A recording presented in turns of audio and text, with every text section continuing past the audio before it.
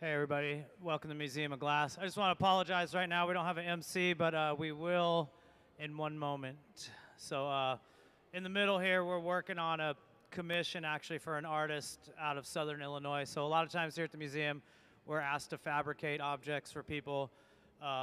We're fabricating something for an artist in the Midwest. So we're working on this big clear thing that's going to be cut up and glued back together later by this artist. So, and on the other side of the shop, we have our workshop, but we'll have an MC here in one moment. I just got the text, so thank you.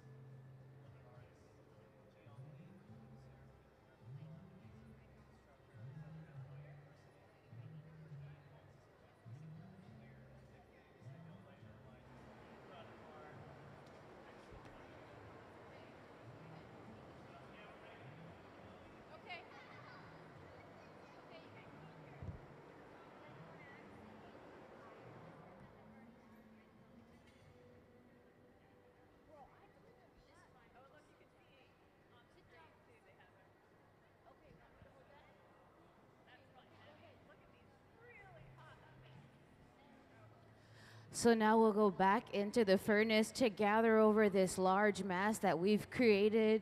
This is a piece that we're creating for a different artist, so then they're able to manipulate it at a different point in time within their studios, but we create the foundation for the artist. And so that furnace there, it rests at about 2100 degrees. Can we please see the furnace diagram? As we rotate that steel pipe, it's kind of like dipping into a jar of honey. And so that stainless steel pipe allows us to gather more glass at the end. Hot glass really likes to stick to hot steel. And so as you can see, the furnace is powered by natural gas and forced air. It runs 24 hours a day, 7 days a week. It can hold up to 1,000 pounds of molten hot glass, and it rests at 2100 degrees. So as you can see, he must keep the pipe turning. The glass at the end of the pipe is getting heavier because we're gathering more. Fortunately, he's very strong, so he's able to hold the pipe, rotate the pipe, and then go over to the pipe cooler to cool it down. So dipping into those high temperatures, the pipe will start to get warm to where we need to grip it to hold it very securely. So we'll go to the pipe cooler to cool it down. Thank you for that diagram.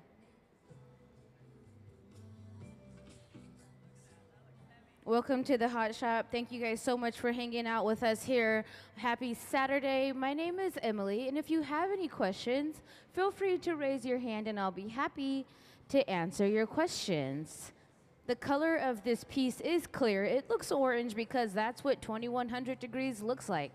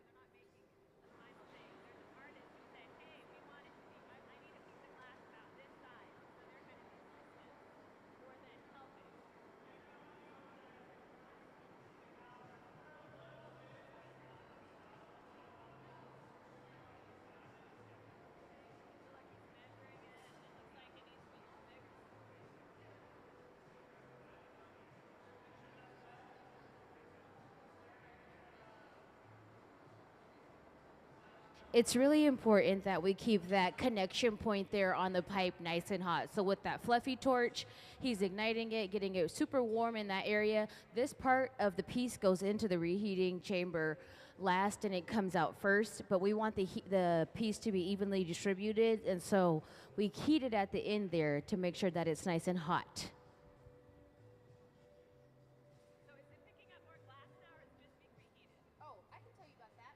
So into the reheating chamber to get the glass nice and hot, evenly heated throughout. Can we please see the glory hole diagram? So the glory holes are all the same. There's one on the right, the middle, two in the middle, and then one on the left. The one that's next to the one where Gabe is located is a really large size glory hole for when we make enormous pieces. We turn it on for special projects, but we usually just use the standard size glory hole here in the middle of the hot shop. It's powered by natural gas and forced air also. It's used to reheat the glass to keep it from breaking, and it's kept at 2300 degrees, and it's a hollow fire brick barrel. Onto the marvering table we'll go. This is a paper marvering table. The papers have been soaked in water, and we use this because it does not extract heat from the glass while shaping it as quickly as a steel table would, and it will not create stress on the surface of the glass, so it won't chill the glass too quickly. We're looking for a very refined, clear piece to be delivered to the artist.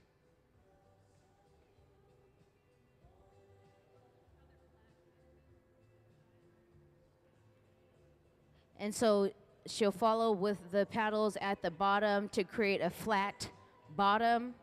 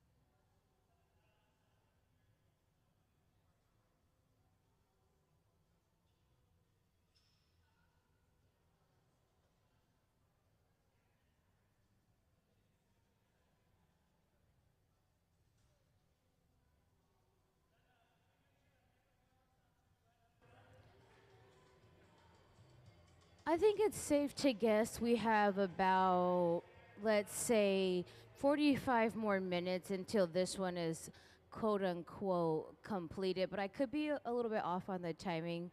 We have to change the access point.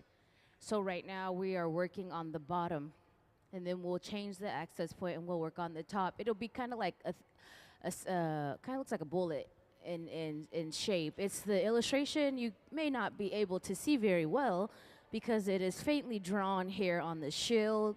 So we have to be able to shape the bottom properly, change the access of the pipe, and then shape the top. And so that's what we're going for. I will have some images for you guys to see in a moment of different works that the artist has us create the foundation here. Then he'll go into a different process when it's cold, and he'll create, he'll add enhancements to the glass, I should say, whether they're cut and then reassembled with different colors. But when I'll have the images, and when the images are available, I'll show them to you of his past works that he has here. He's had created here at the museum, and then he enhances the shape in his studio in a different process.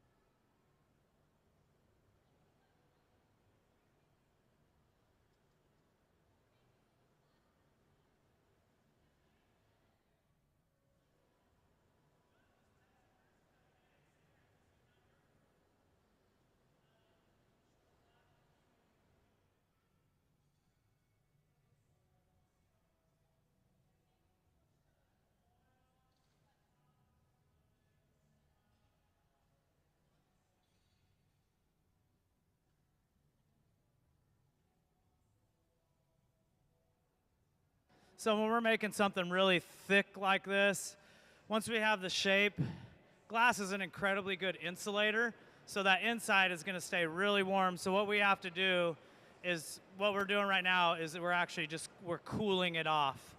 We're letting the inside cool while keeping the outside relatively warm. When I say warm, I'm talking 1,000 degrees. So if it starts to fall below 1,000 degrees, we're in the danger zone of it cracking. So basically what we're trying to do now is we're going to flash it for a couple seconds so that the outside stays warm enough while the inside is cooling. So like I said, glass is a great insulator. Fiberglass is actually made out of glass. That's why it is such a good insulator. So it's going to take a good 10 minutes to just cool this down. And then we're going to put it in the oven for about a week and a half. And then because the artist that we're making this for, he's going to be cutting it on a saw into different pieces and then using dyed Hextol glue to glue it back together. So did we ever find his images, Emily? Okay. In a moment, we'll be able to put some images up so you can kind of see what I'm talking about.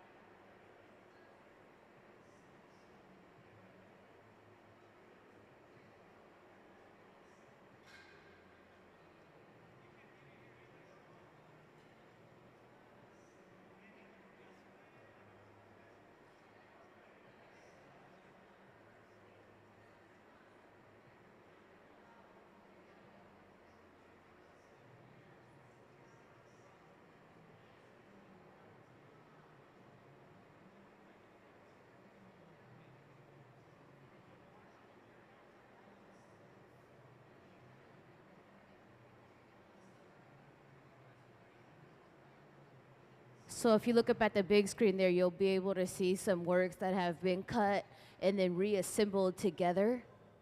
This piece will also be cut as well, and then there'll be different parts attached.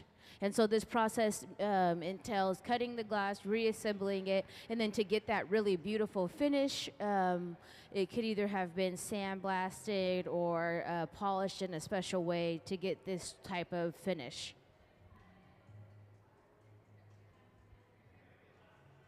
The artist's name is Jiyoung Lee. That's that's Jiyounglee.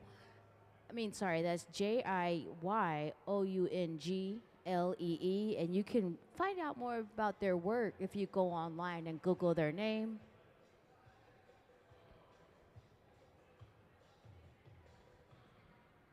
If you guys are ever interested in coming down onto the hot shop floor and creating your own, you can go online and purchase tickets to come onto the hot shop floor and get a hands-on experience as our visitors are doing today. And so if you ever want to come and create, go to our programs and workshops tab. You don't have to create on the hot shop floor because it's very intense, as you can see. So you can also do things in the Ed Studio, like make a fusion tile or slump it into a bowl, which means it's a cold application of placing glass together. And then we do all the hot stuff here for you. We bake it, and then we'll send it to you. But if you want to come in and get in on the action here on the hot shop floor, come get your hands on the process. It's in our programs and workshops tab.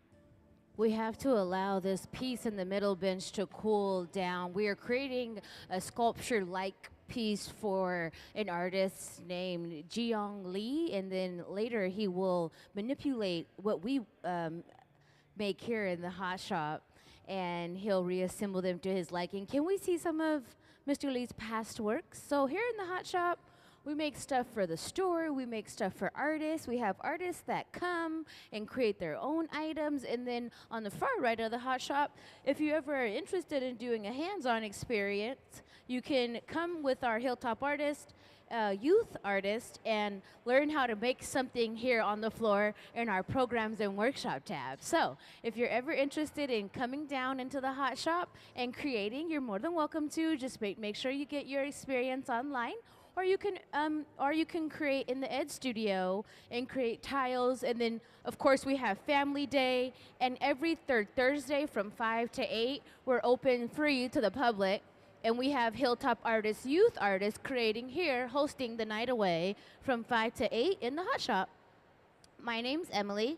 And if you guys have any questions, feel free to raise your hand. We're getting to the part where we are ready to remove this piece of glass from the end of the pipe. Sarah, as you can see, is getting suited up. Looks like a Moon Man suit, but really it's a Kevlar suit to protect her from being physically burnt. So be mindful. She won't physically get burnt by picking up this piece, but the piece is above 1,000 degrees, and so she can feel the energy, the thermal energy radiating through the materials.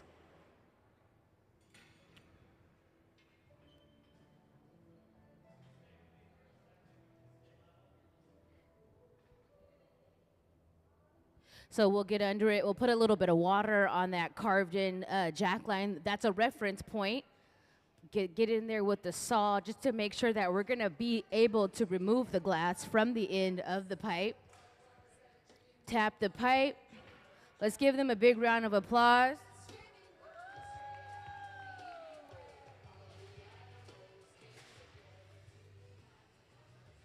We'll give it a hot torch flash, and then they're going to take it into the back, because in the back we have more annealing ovens, which are where we have to place the glass for it to rest. It has to rest over an extended period of time due to its thickness, and so depending on how thick glass is how long it will rest in these ovens. The ovens are set, let's say, higher than 900 degrees. It'll catch it at that temperature and bring it back down to room temperature.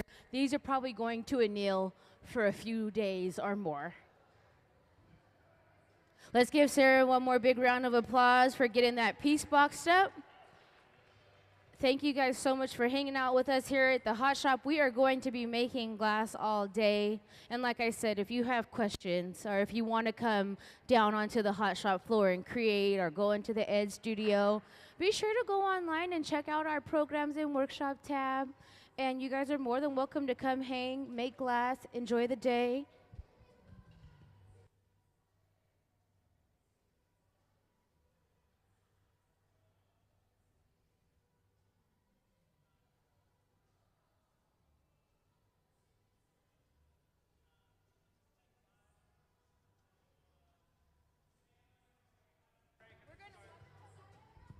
So in order for glass to get color, there are a few ways that we must apply color to the glass. And one of the ways it's known as color overlay. There's also color frit, there's color powder. So frit is chopped glass, powder is pulverized glass, just like baby powder.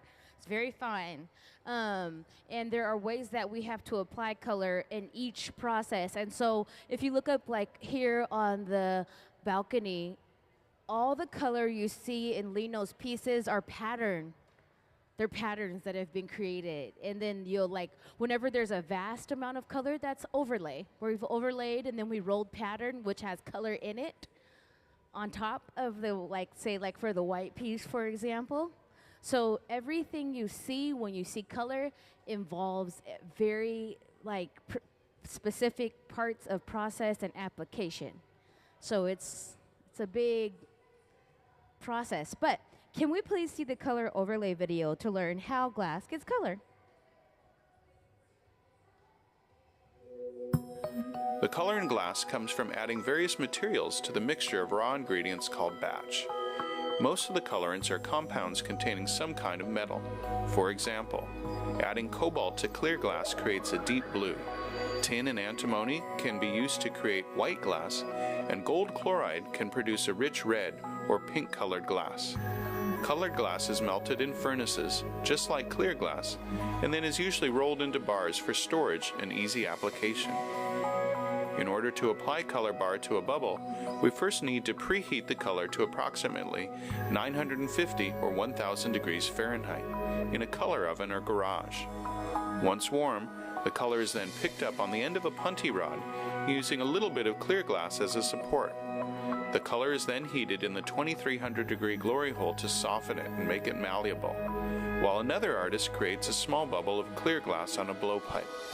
Once warm, the color is dropped over the clear bubble, and then using a variety of hand tools or the steel marver, the color is rolled back over the clear in an even layer. This process is called dropping color, or creating a color overlay.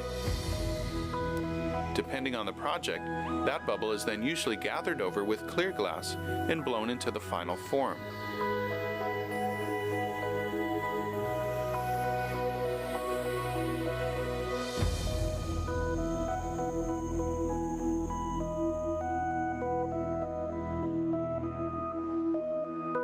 The finished product may appear to be all made from colored glass, but when viewed in cross-section, we can see that there is only a thin layer of color sandwiched between many layers of clear glass.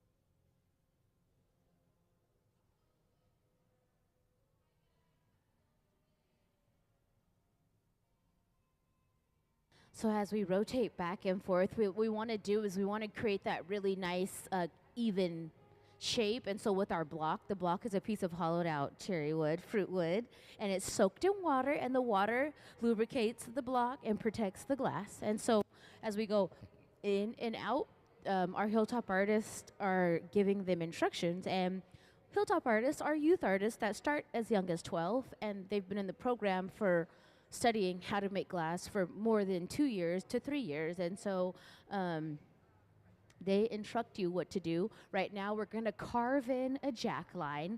The jack line is what helps the glass be removed from the bottom of the pipe. And so it's a line of tension. It's a reference point that we will indicate, that we will use to take the glass off the pipe towards the end. So we'll go in and pinch, and we'll carve in a line of tension. It's known as a jack line.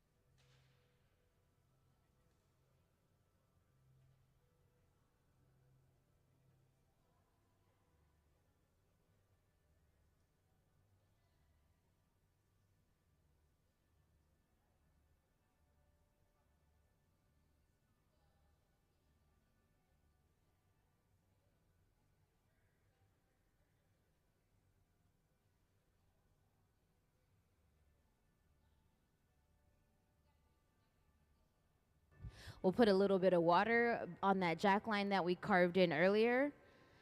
The water will then create shock in the area. When we tap the pipe, the vibrations will help the glass remove itself due to the thermal shock. And then JJ will gather out of the furnace a cookie that will place the end of the paperweight on, or the bottom of the paperweight on. That furnace there holds up to about 1,000 pounds of molten hot glass. The furnace rests at 2,100 degrees, and the glass looks like it's orange, but really, when it cools down, it's only clear.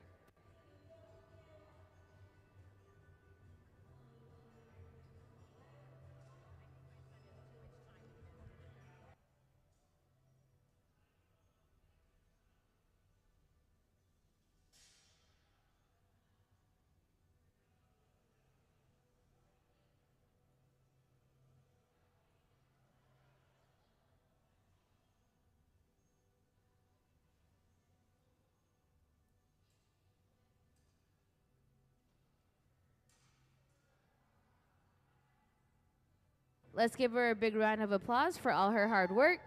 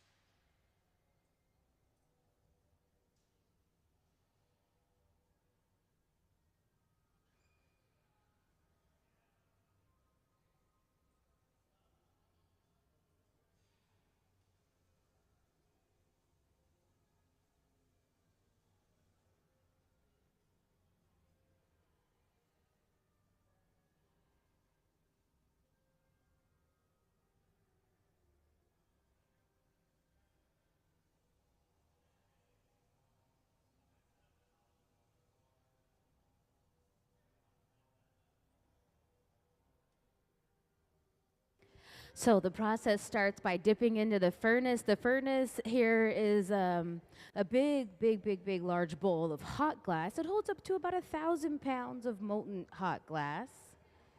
So by dipping into the furnace with that stainless steel rod, hot glass likes to stick to hot steel.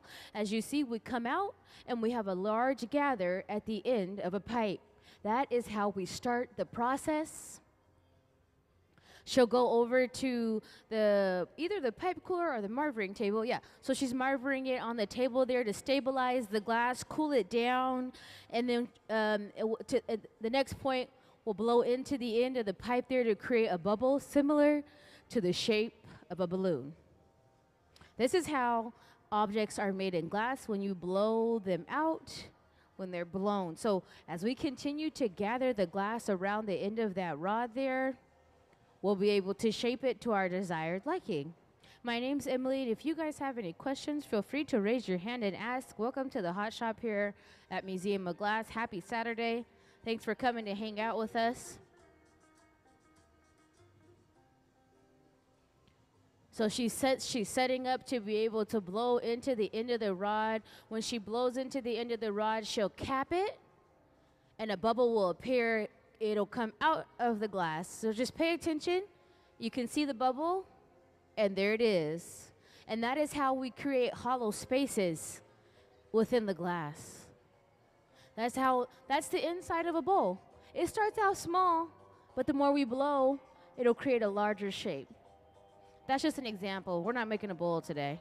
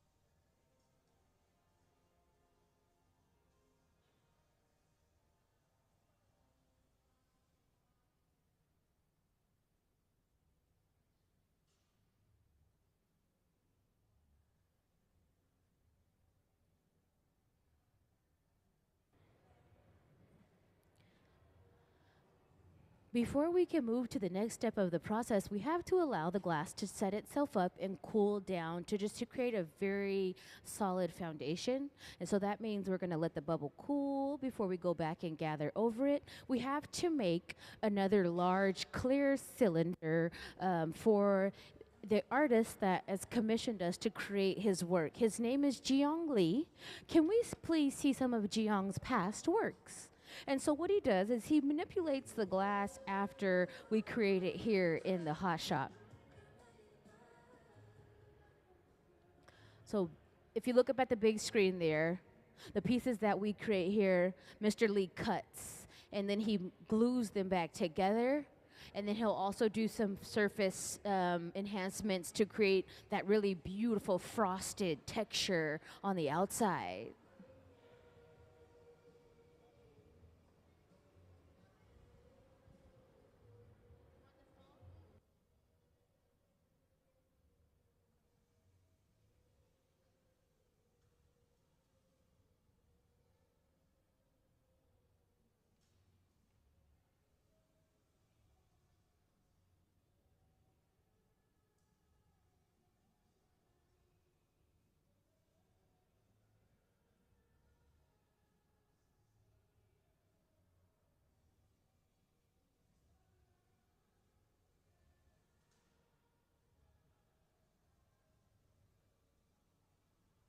So we'll go in with that block. That block is a piece of hollowed out fruit wood.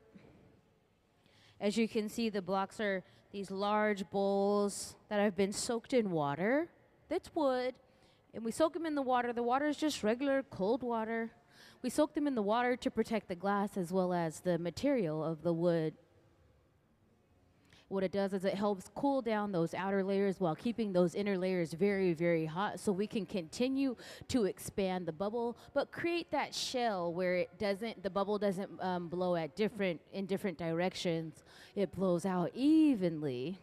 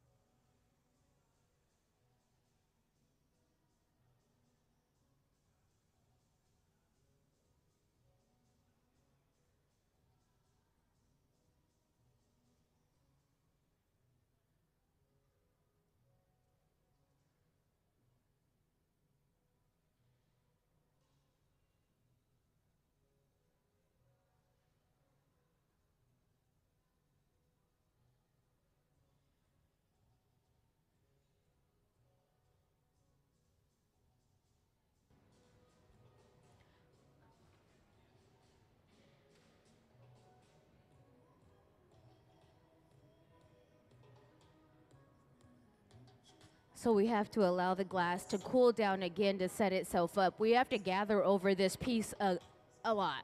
It's going to be a large cylinder type shape.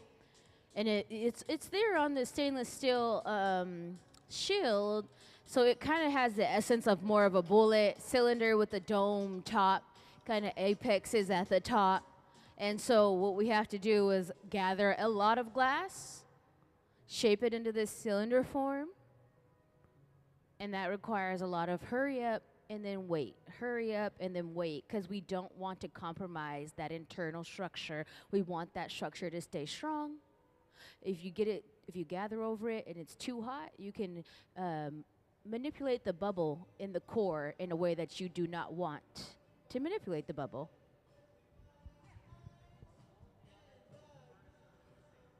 Can we see the furnace diagram? So the furnaces here in the hot shop, they rest at 2100 degrees.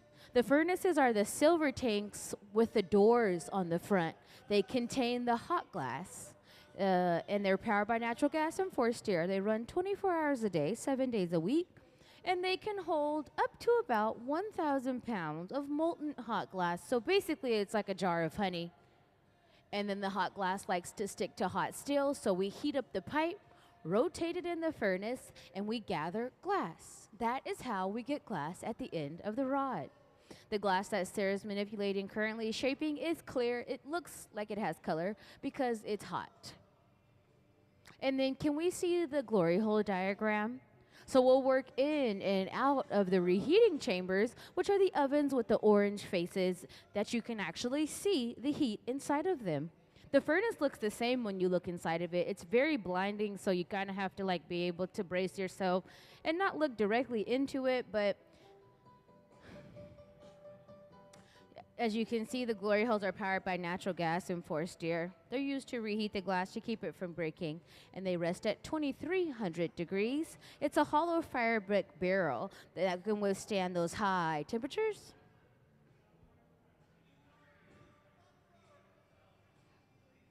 So the glass is clear when it cools down, which means that we've added no color.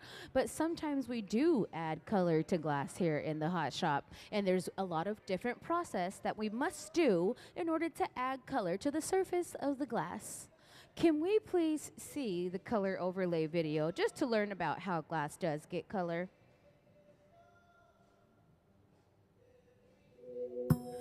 The color in glass comes from adding various materials to the mixture of raw ingredients called batch. Most of the colorants are compounds containing some kind of metal. For example, adding cobalt to clear glass creates a deep blue. Tin and antimony can be used to create white glass, and gold chloride can produce a rich red or pink colored glass. Colored glass is melted in furnaces, just like clear glass, and then is usually rolled into bars for storage and easy application. In order to apply color bar to a bubble, we first need to preheat the color to approximately 950 or 1000 degrees Fahrenheit in a color oven or garage. Once warm, the color is then picked up on the end of a punty rod using a little bit of clear glass as a support. The color is then heated in the 2300 degree glory hole to soften it and make it malleable, while another artist creates a small bubble of clear glass on a blowpipe. Once warm, the color is dropped over the clear bubble, and then using a variety of hand tools or the steel marver, the color is rolled back over the clear in an even layer. This process is called dropping color, or creating a color overlay. Depending on the project, that bubble is then usually gathered over with clear glass and blown into the final form.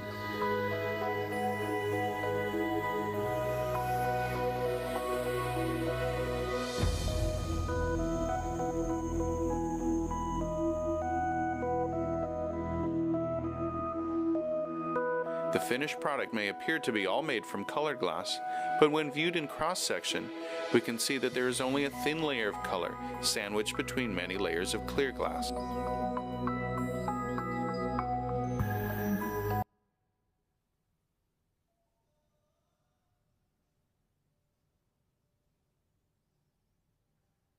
So now it'll go in with that large pad. That pad is just folded up newspaper that's been soaked in water, which will allow him to shape with almost like using his bare hand. So it's a really great tool for shaping the glass.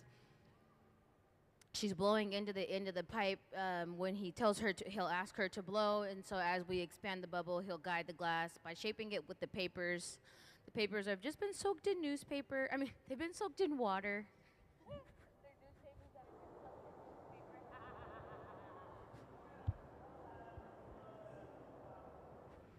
This portion of the piece, the reason why we flash this portion of the piece with the fluffy torch as he's doing now is because this part will go into the reheating chamber last and it'll come out first, but we're prepping this area currently to be able to carve in a jack line. So when we want to carve into a piece of glass at this mass, we want it to be hot and we want it to be gooey.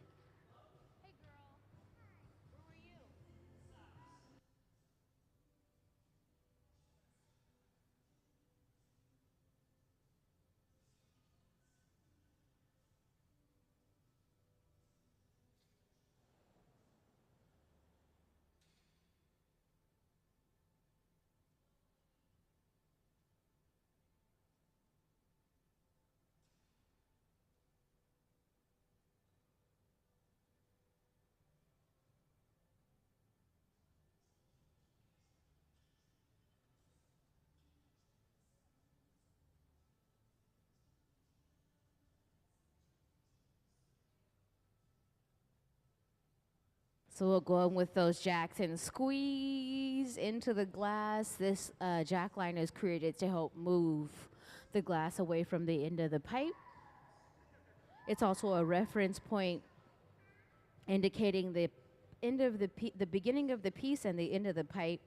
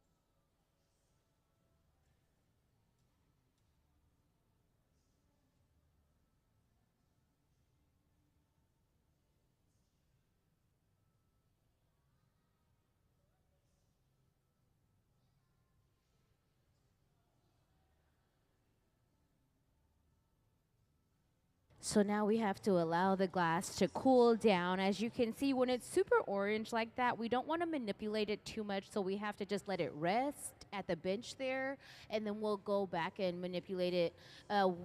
We need certain areas to cool down more than other areas. Can we see some of Mr. Lee's past work? So what we're doing here is we're making a cylinder for Mr. Lee, and Mr. Lee commissions the hot shop to make his work. We send it to him, then he manipulates it in his studio. And so as you can see on the big screen there, maybe some of the glass was made here, maybe it was made somewhere else, but more than likely we made it. And then we send it to Mr. Lee, he manipulates it. The reason why there's such lines of definition is because it's been cut and reassembled. So he cuts it, reassembles it, and then he manipulates the surface texture by doing a different technique. It could be a special chemical, or he could polish it in a special way, or it could be sandblasted. So there are different ways to change the surface texture of glass.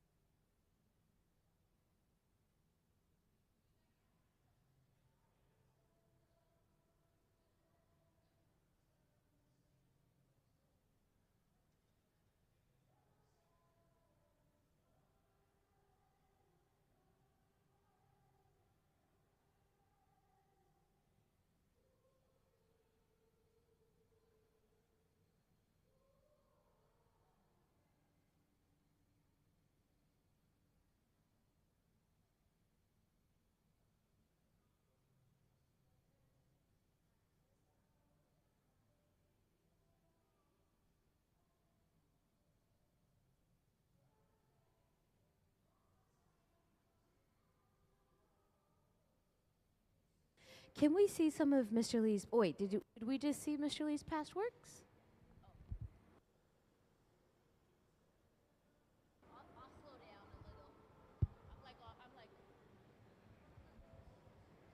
If you're ever interested in coming to make glass here on the hot shop floor, you can do a hands-on experience in our program and workshops tab.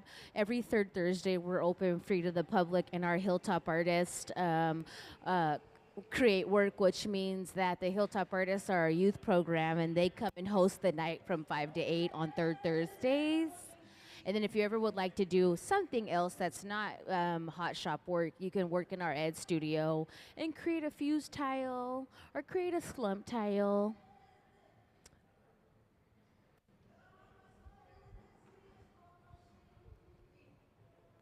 So we'll go back into the furnace. We'll dip into the furnace to gather glass. As you can see, we're going to use this really cool tool, which helps assist because we're about to gather a bunch of glass, and it's heavy, it's awkward, and it wants to like fall off the pipe naturally due to how hot it is and gravity. So the most important part of this process is that that pipe never stops rotating. You must constantly turn the pipe, and it's heavy and it's hot.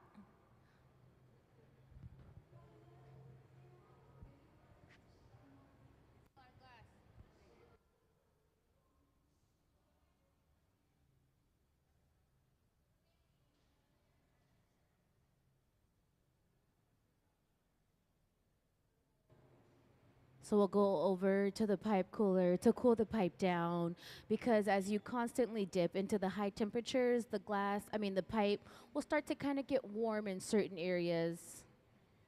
Stainless steel is not the best conductor of heat, that's why it's great for this process. But it does start to get hot because the furnace is about 2100 degrees. Can we see the furnace diagram after he's done cooling the pipe down, just so the visitors that just joined can see?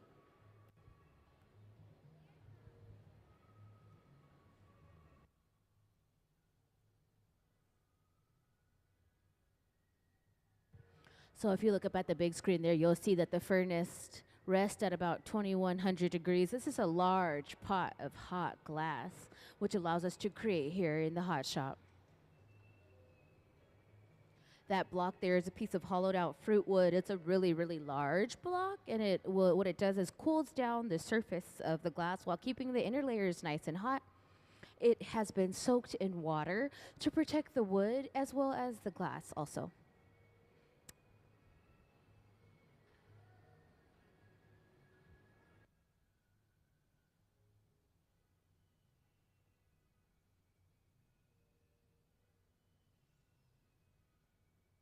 And we'll go back in with the papers. Sarah will shield as that radiant heat is shooting off towards him. As you know, the glass is well above 15 to 1800 degrees, so it's very, very hot.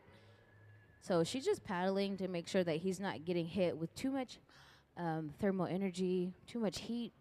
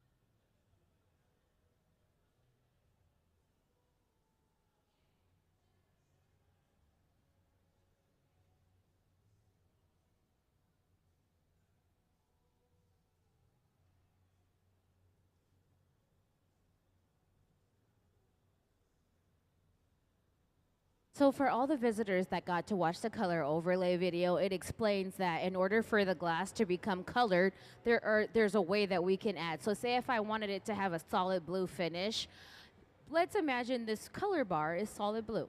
So what I'll do is I'll take a little bit of this color, lay it over the bubble when it's in a smaller form. And so it visually, it looks like all one color, but the reality is it's a little bit of color laid over, so it encases a bubble. We blow it out and it expands, but we gather clear over it, and so we blow it out and it's a lot of clear, but when stretched, it looks like all one color. So this comes in all different types of colors. This one's just a really pretty, like ruby, deep ruby color. And this is just the example of what a color bar looks like. And this is just one way. So you can roll it in chopped glass.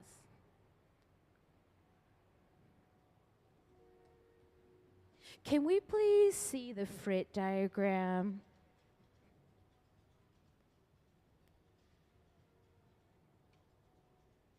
So if we roll clear glass into chopped glass, you'll get dots of glass on the surface, speckles of glass with space between.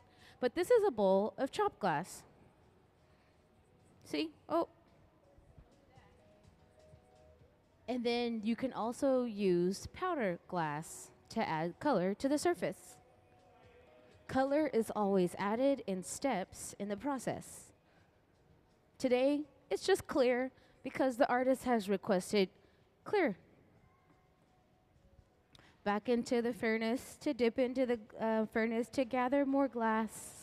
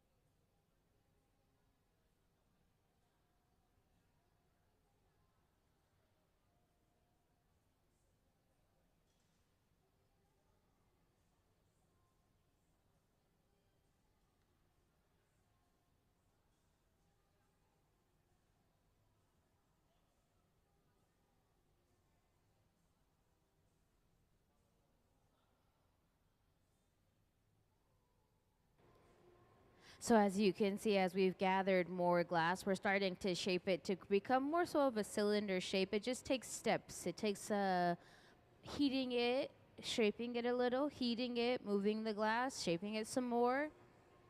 To get a very nice uniform shape, you have to take your time with heating it and shaping it because you're slowly moving the glass in the direction you would like for it to go. If you try to do it too fast, it'll get too hot. And once it gets too hot, it becomes unmanageable and it becomes uneven.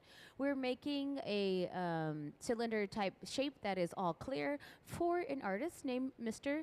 Jiyoung Lee. Jiyoung Lee cuts the glass in the after process and he reshapes it. Can we see some of Mr. Lee's past works?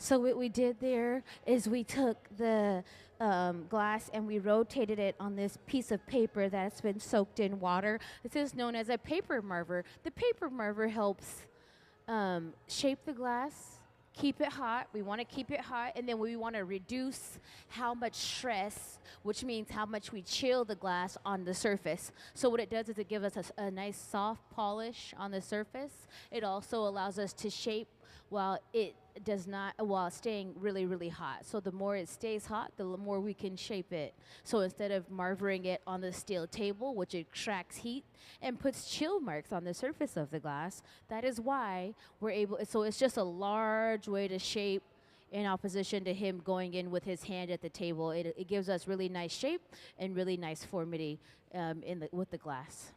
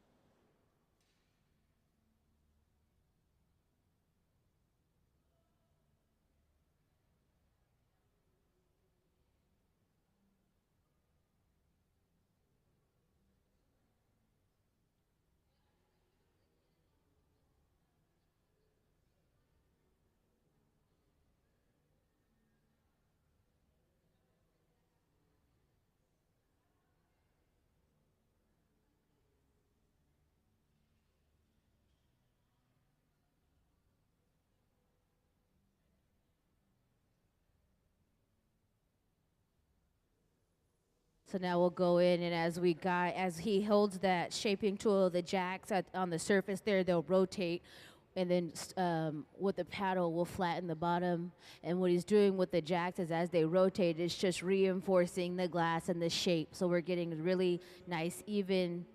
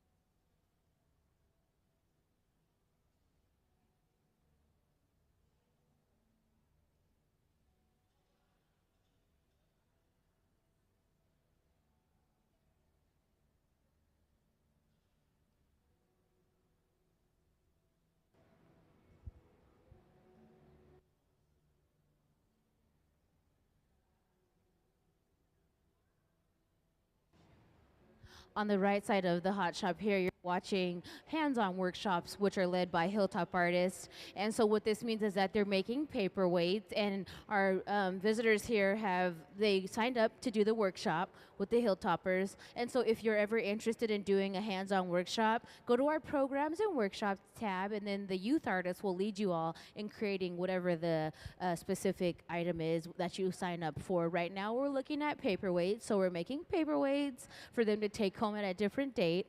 But in our programs and workshops tab, you can participate in fusing, so you can work in the Ed Studio and create a fused tile, which is a cold application of glass creations, or you can come to the hot shop and get in on all the action down here in the heat with us.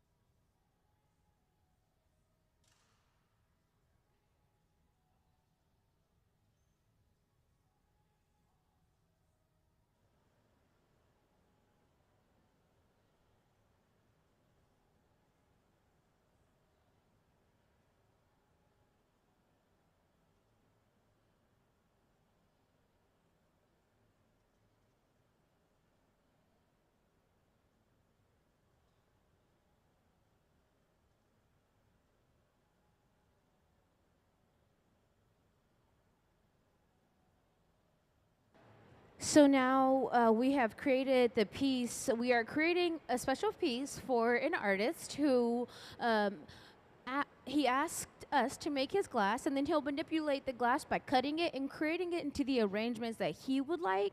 So we're just doing the first step of the process for him, and then we send him the work. And so we're getting towards the end of the process, and as you can see, Sarah has put on this really cool silver suit to be able to catch the piece off the pipe, and Kevlar gloves. And so Kevlar is the same material that they use for bulletproof vests, and so that allows us to be able to catch the glass without actually burning our skin, but it's still very hot as the thermal energy goes through the materials. What we have to do in order to put this piece away properly is we have to make sure that the heat is cooled down, and as well as the back is being properly heated, so then that way it does not create any sort of shock there at the connection point. So what we're doing is we're cooling it down slowly. My name's Emily, and if you guys have any questions, feel free to ask. Can we see some of Mr. Lee's past works?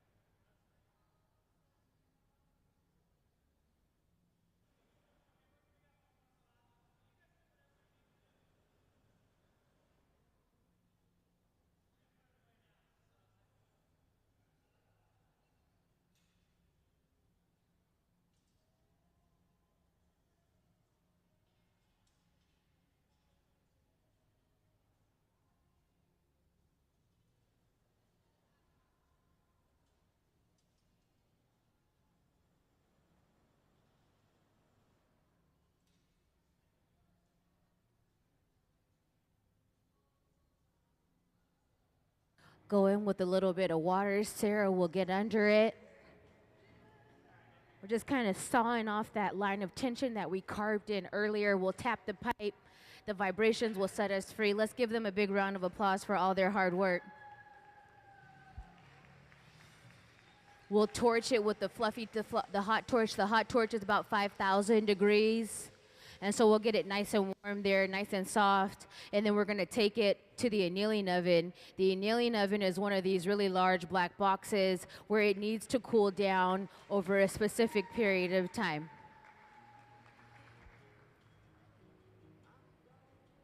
That piece is going to be clear. We add color to glass in a special process.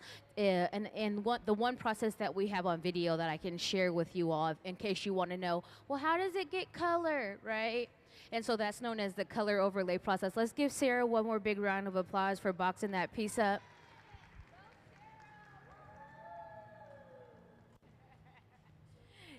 After we see Mr. Lee's work, can we play the color overlay video to learn about how the glass gets color?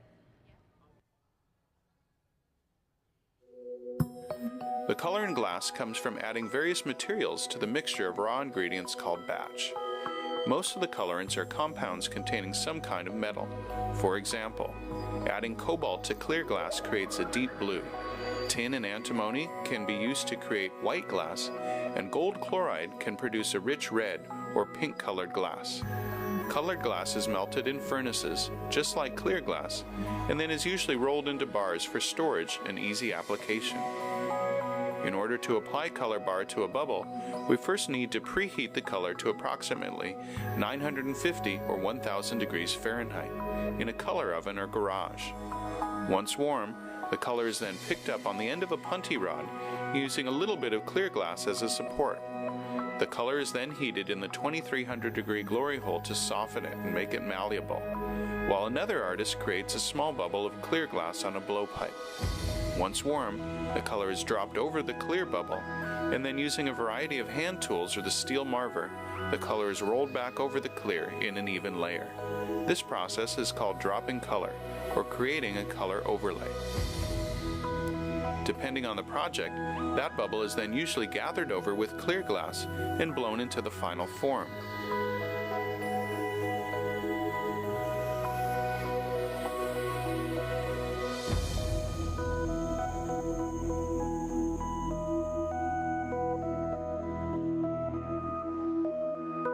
finished product may appear to be all made from colored glass, but when viewed in cross-section, we can see that there is only a thin layer of color sandwiched between many layers of clear glass.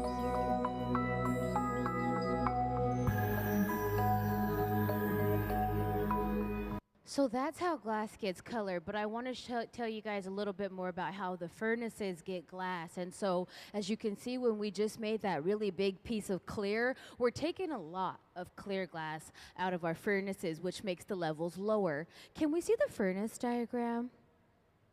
And so the furnaces are the tanks here that hold the glass in order for us to be able to work.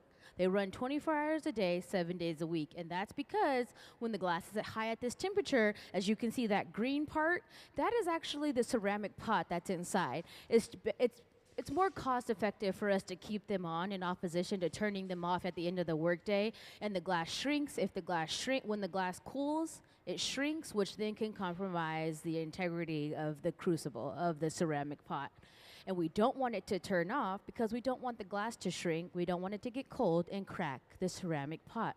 So we keep the furnaces running 24 hours a day, 7 days a week. So as we continue to take from that approximate 1,000 pounds of molten hot glass, we have to recharge the furnaces, which means that our hot shop technician, there's a person here in the hot shop, and their job is to make sure all the machines are functioning, the glass levels stay high, and everything is running properly. And so the tech, he comes in and he recharges, which means he refills the furnaces weekly, bi-weekly, just depends on the flow of how much is being taken out. And so can we see the charging the furnace video to learn about how the furnaces get glass?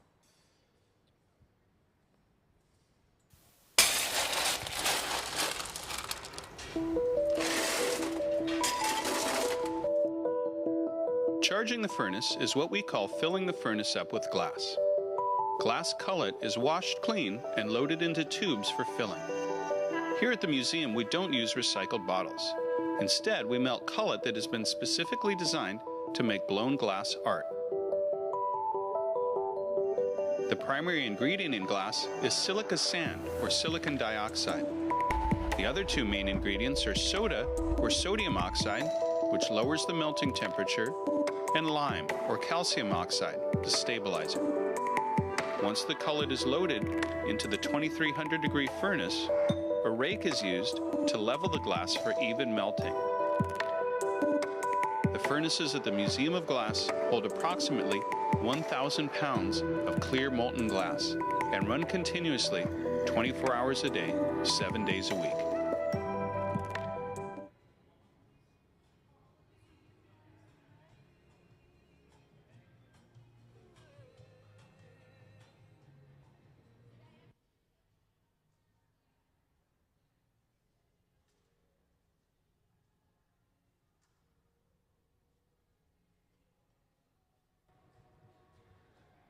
So in about a half an hour, we'll take our lunch break, and then we'll come back in about an hour. But before we go to lunch, we're going to make some cups. And so this part is cool because they'll go fast, they'll blow it out, they'll shape it up, and you'll get to see how a cup is made. A lot of the things we make here in the hot shop go into the store, or if we have like a visiting artist, the artist will take a piece, all their pieces home, and then they leave one for our collection. And that's the collaboration with us, is that so many different artists come and they make such beautiful work. And so that's how we grow our collection, and we make you guys aware of who the glass artists are in the community and abroad.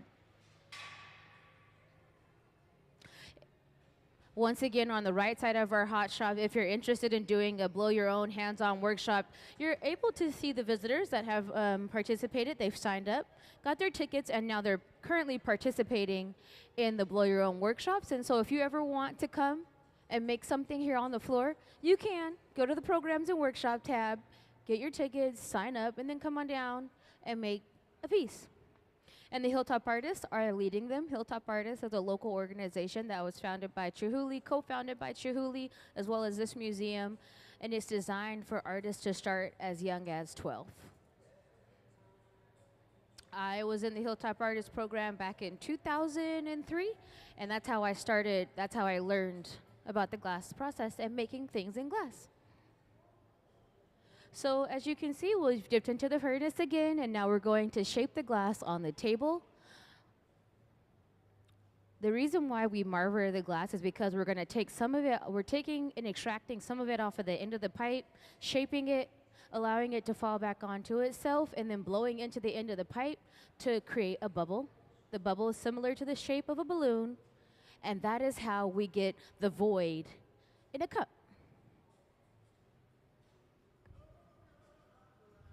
He's dipping into the mold there. That mold will chill into the surface of the glass. That one is...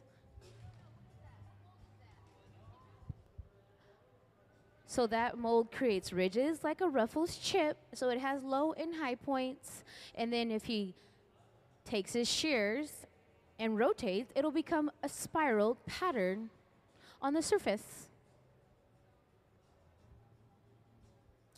We'll go in and blow the glass out. As she blows into the end of the pipe, the bubble expands. And with those diamond shears, we're able to remove glass in one snip. It cuts in a 360.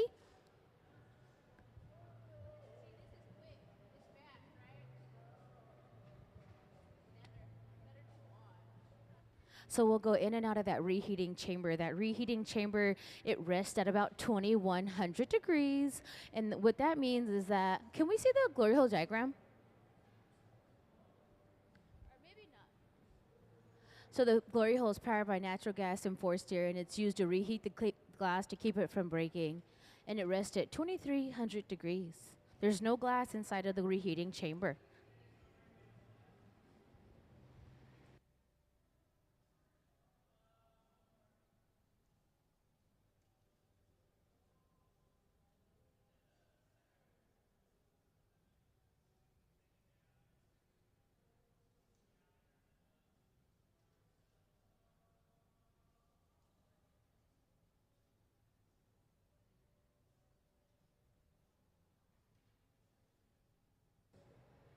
So now we'll add a little bit of glass to the bottom to protect the bottom of the cup, because it's kind of been blown out a bit to where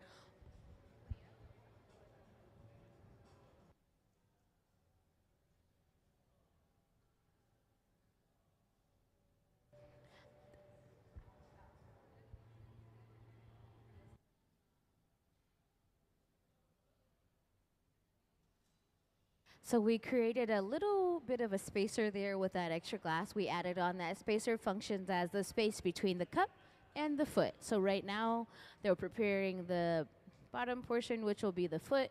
The way that they apply the foot is very interesting. It starts as a bubble, and then it's spun open like a disc.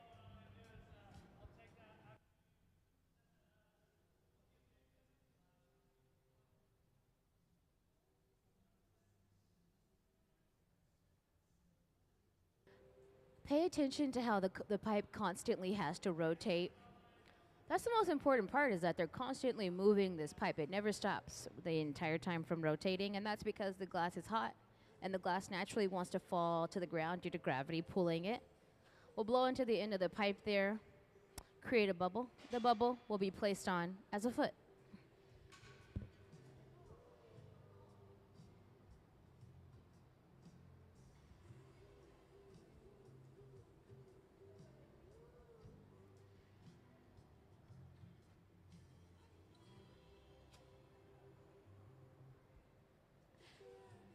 So he just added some texture to the surface by dipping it into that optic mold. It chills and freezes into the surface of the glass, and now we'll blow into the end of the pipe there.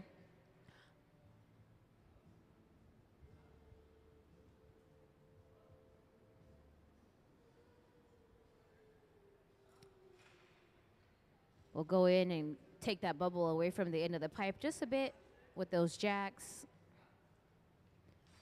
You always want to move the glass away from the end of the pipe, so when you release it, it will have a very clean release.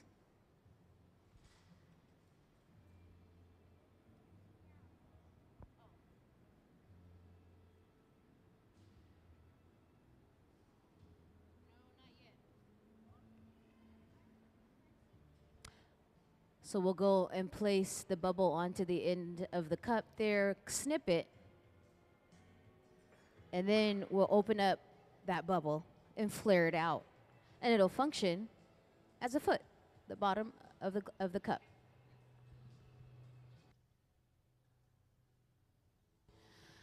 Those jacks are two large blades, so as he squeezes and rotates back and forth, he's carving into the glass.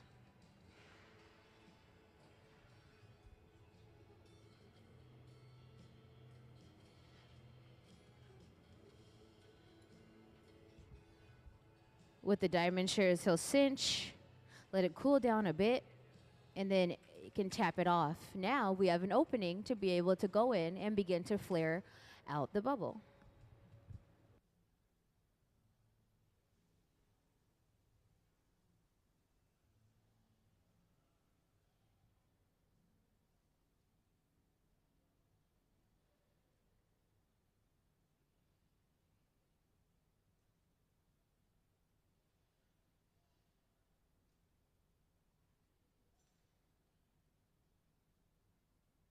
We'll go in with those jacks and slowly start to open up our grip and flare out the bubble.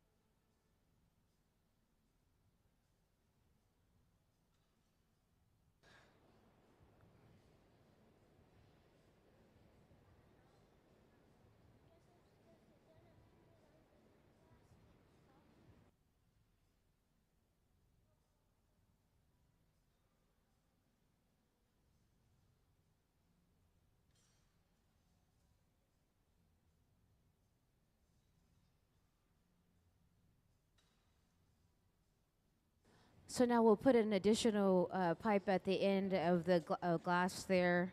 We'll using a transfer rod to be able to open up the top of the cup. So with this transfer rod, we'll place it at the bottom, knock it off the pipe, and now we'll be able to open up the cup.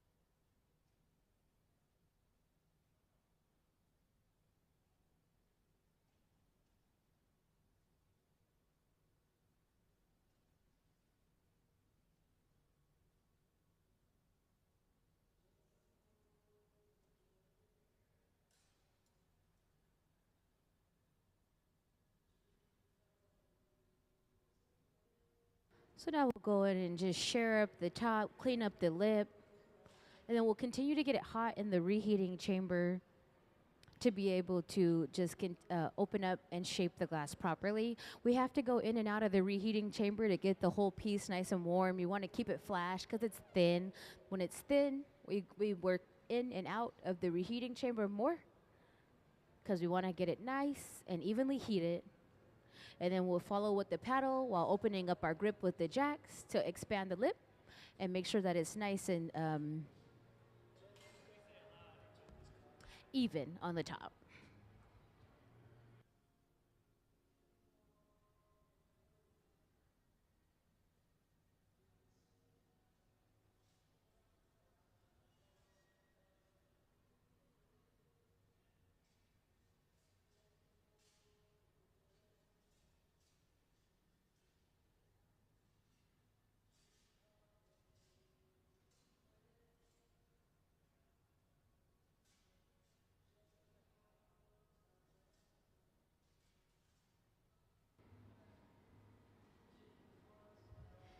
Be sure to hang out at the family with the family day experience too. You can make hands-on crafts in the grand hall. If you're ever interested in creating a fusing tile, if there's space, you can sign up today at the frontline service at the when you walk in at the admissions desk. The tiles that you create are made only by compiling cold glass together, and then it's baked.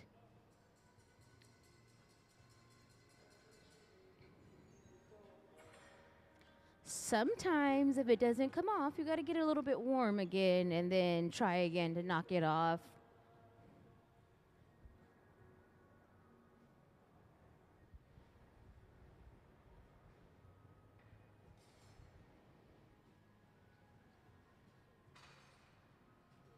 We'll put a little bit of water on that connection point. We'll get under it with the tongs. Tap it off. Let's give them a big round of applause. And then into the annealing oven, it'll go where it'll rest overnight. We are going to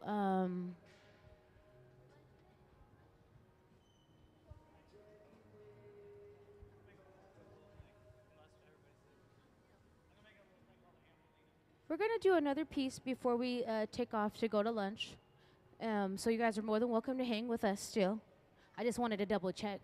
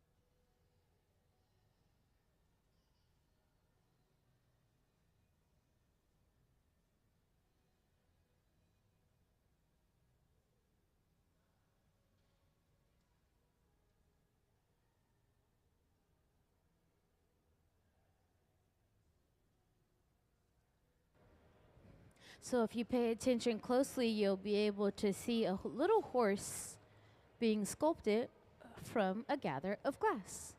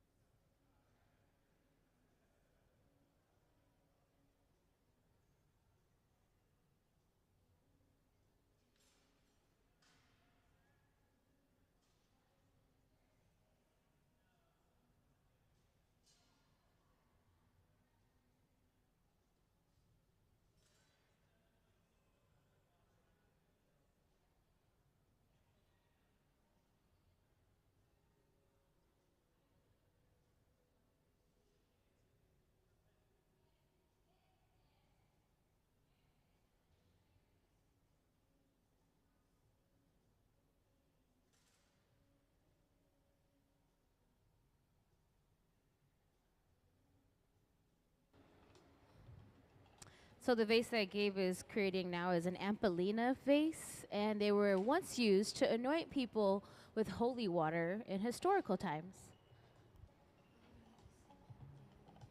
And now what we'll do is create a connection point, place the glass at the bottom, place the rod at the bottom of the glass. We'll connect the additional rod, tap off the Ampelina vase, and work on the top. So we will create and open up the lip of the vase.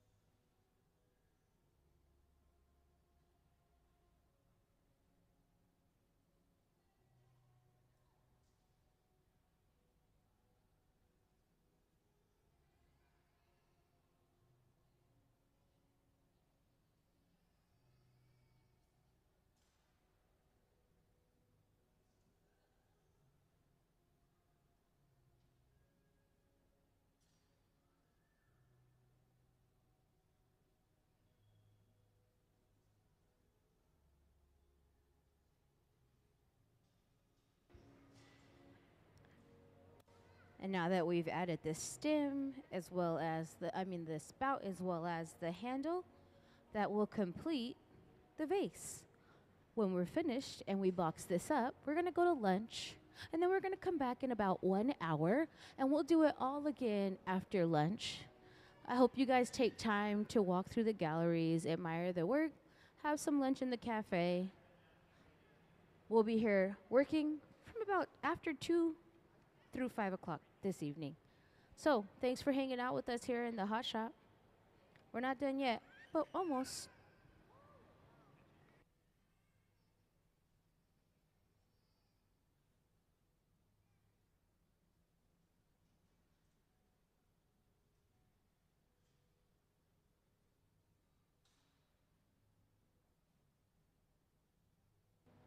A little bit of water on that connection point. We'll take it with the claw, the fork. Let's give them a big round of applause for all their hard work. We'll go to lunch, and we'll see you guys in about 1 hour. Thanks for hanging out.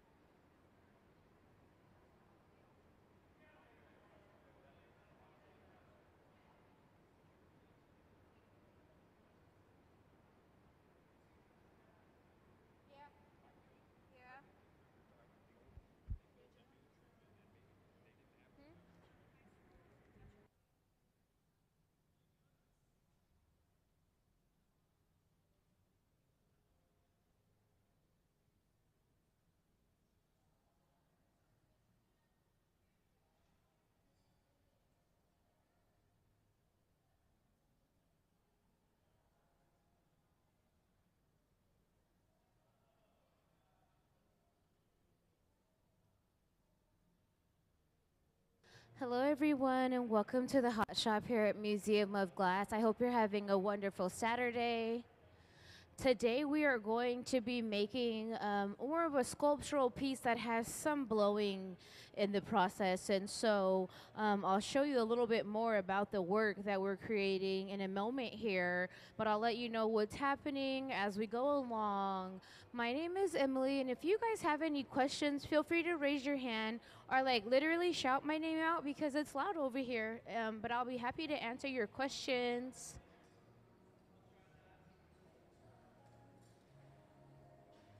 So on the right side of the Hot Shop, if you're ever interested in coming to the Museum of Glass and to do a hands-on workshop, this is known as Blow Your Own. And so you can sign up online on the Programs and Workshops tab to be able to come and experience what it's like to work here on the Hot Shop floor. It's very hot. It's not easy, but it's a great time, and so it's a really fun experience if you're interested, and a good learning curve for the day.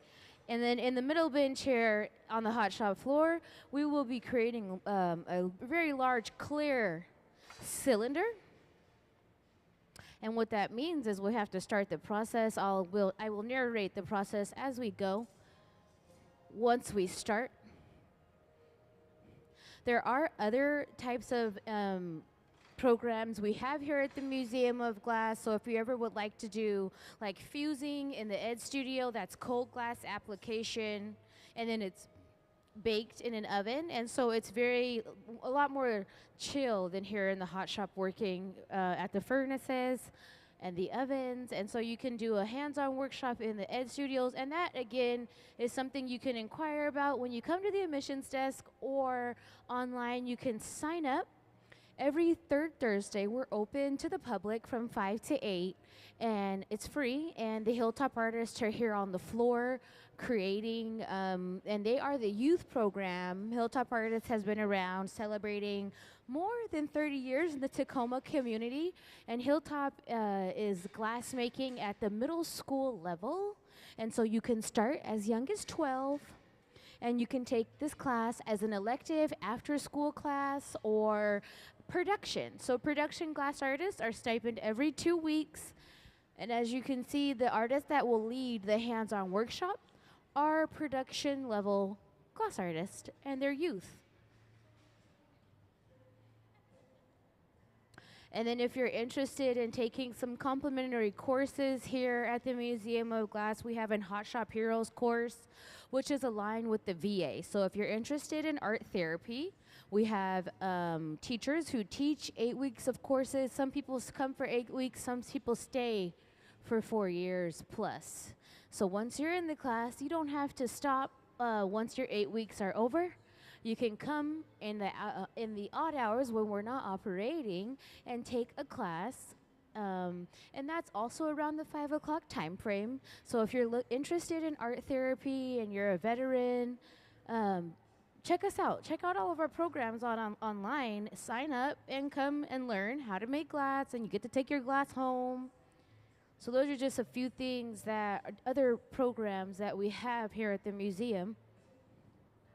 The process will start by getting the stainless steel rod nice and hot within the glory holes. The reheating chambers are designed only to heat up materials as well as glass and steel.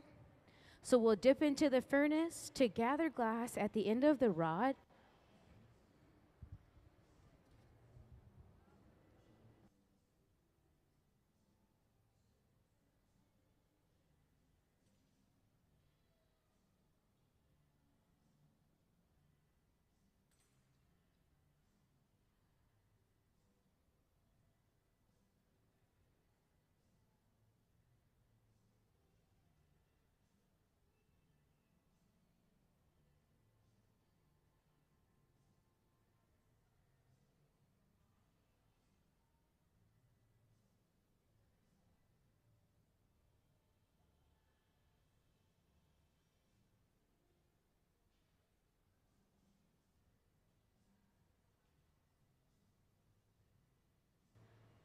The glass that was gathered is being marbered. It'll help it cool it down and set it up to be able to blow into the pipe.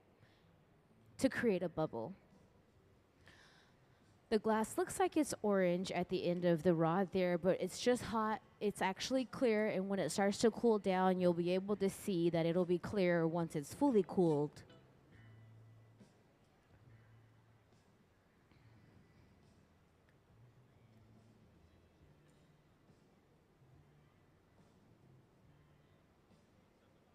She'll blow into the end of the pipe and cap it, which will create a bubble, similar to the shape of a balloon.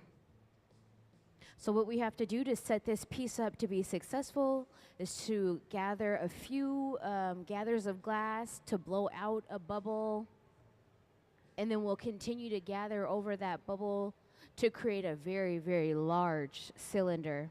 So the artist that has requested for this piece to be made, he's, I believe he's local. His name is Jiyoung Lee.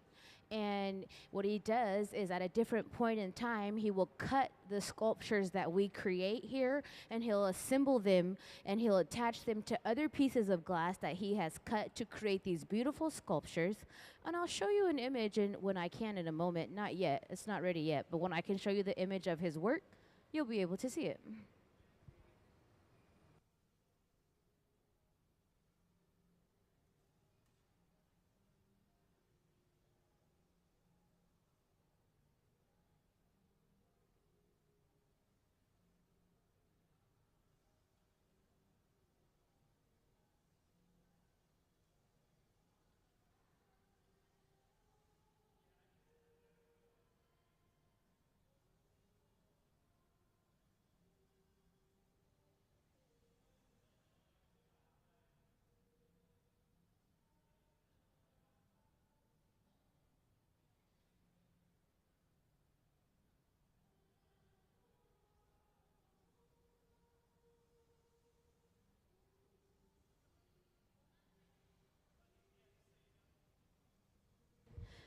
Can we please see some of Mr. Lee's past works?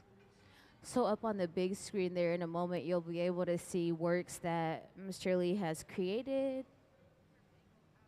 So these items are cut, and then they are formed together, potentially glued together, and then the surface is enhanced by a different type of process.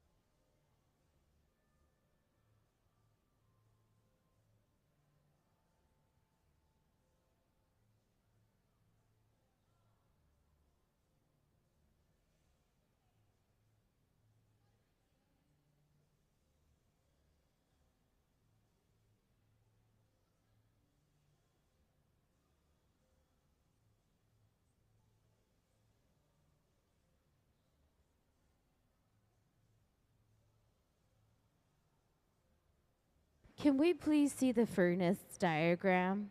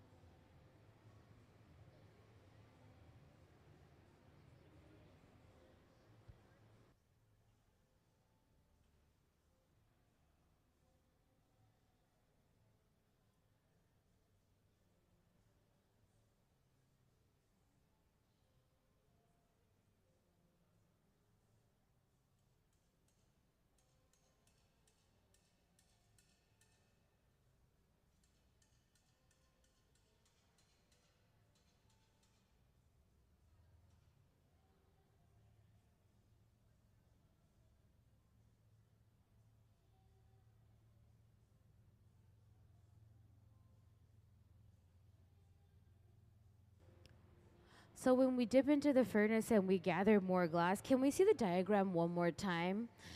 The furnace is a large crucible. They're the ones that have silver base with the doors on the front of them.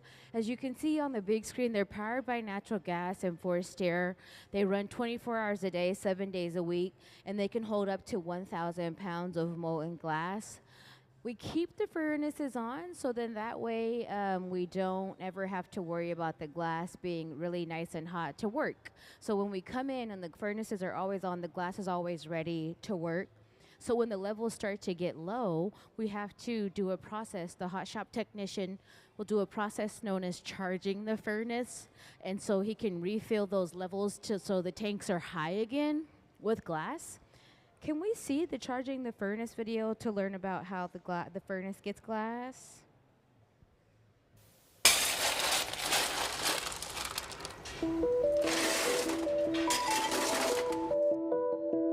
Charging the furnace is what we call filling the furnace up with glass. Glass cullet is washed clean and loaded into tubes for filling. Here at the museum, we don't use recycled bottles. Instead, we melt cullet that has been specifically designed to make blown glass art.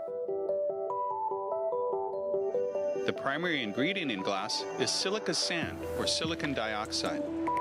The other two main ingredients are soda, or sodium oxide, which lowers the melting temperature, and lime, or calcium oxide, the stabilizer.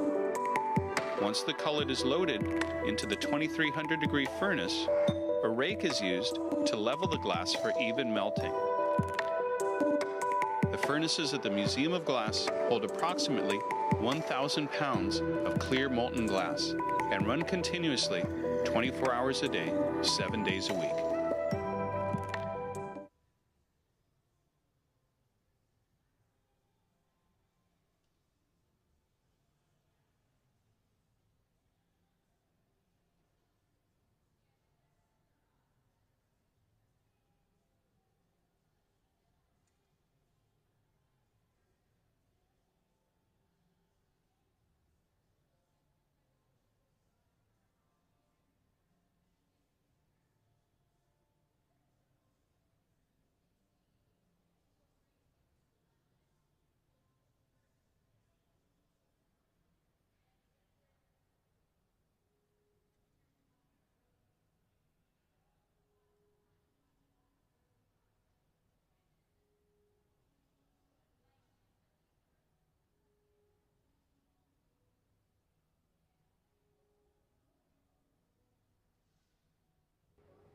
We don't want the glass to be too hot when we gather over it again, so we have to wait for it to cool before we can gather and continue to expand the bubble.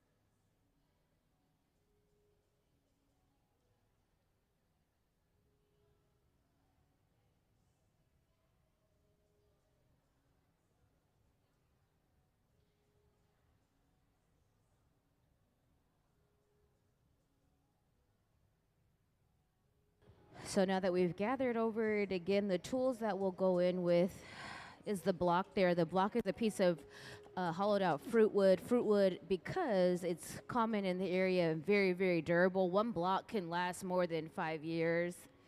And what it is it allows us to cool those outer layers down while keeping those inner layers nice and hot, and it helps with shaping the glass. And it's just been soaked in water to protect the glass as well as the integrity of the material, the wood.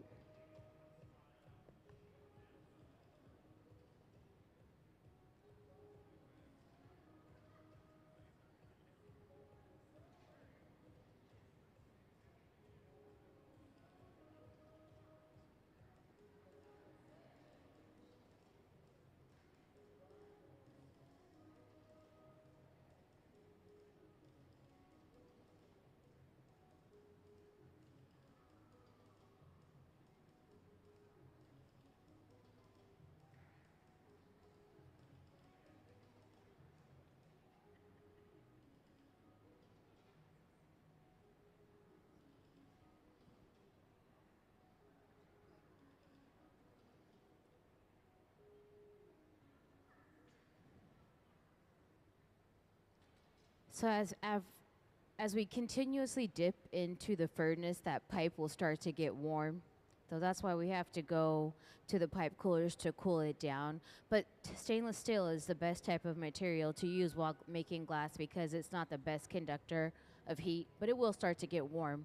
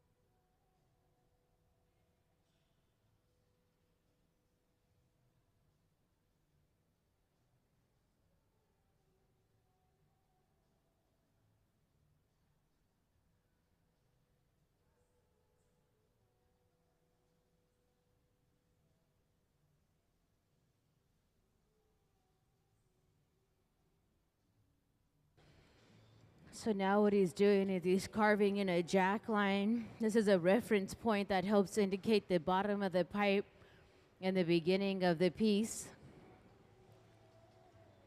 So it's really important to have a nice carved, tight jack line carved in so we're able to remove the glass from the pipe. And now he'll go in with his papers. The papers are a piece of just folded up newspaper that's been soaked in water, which allow him to shape with almost like using his bare hand.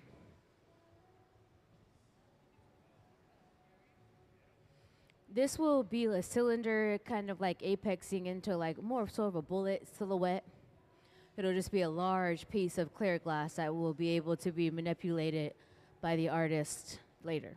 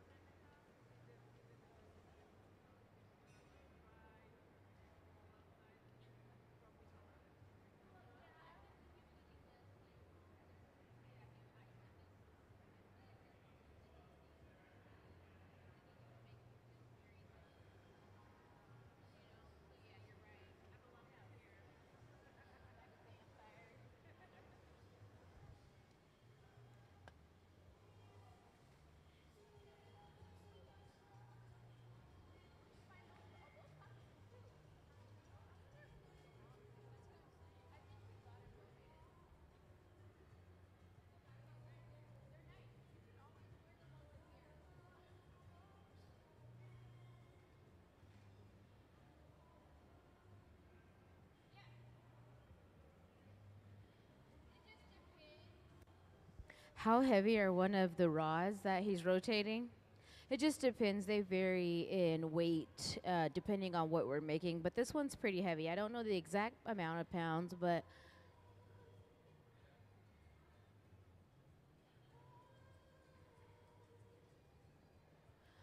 I know that the pipes can be heavier than 10 pounds, so it could be a 10-pounder or more.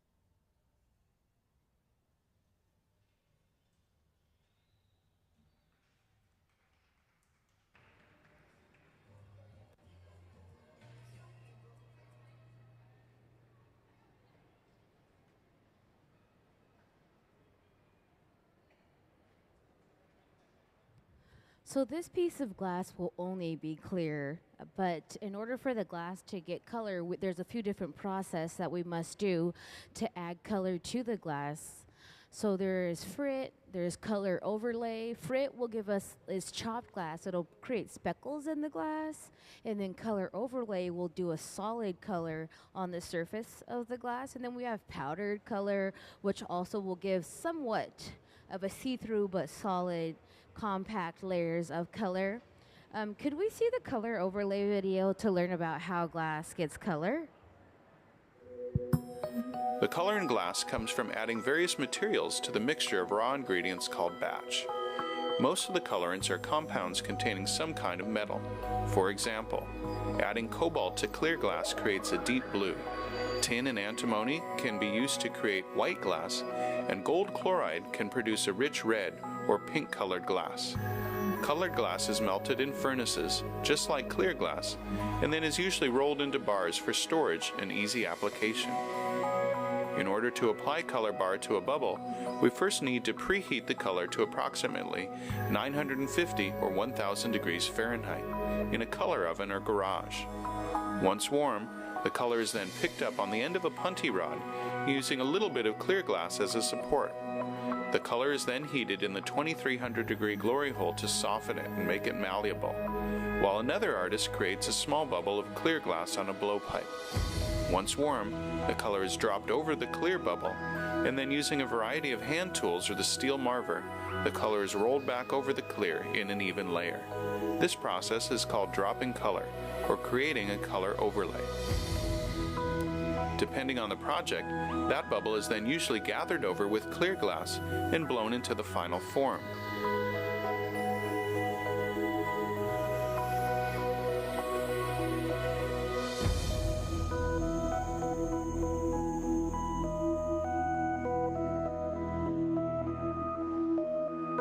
The finished product may appear to be all made from colored glass, but when viewed in cross-section, we can see that there is only a thin layer of color sandwiched between many layers of clear glass.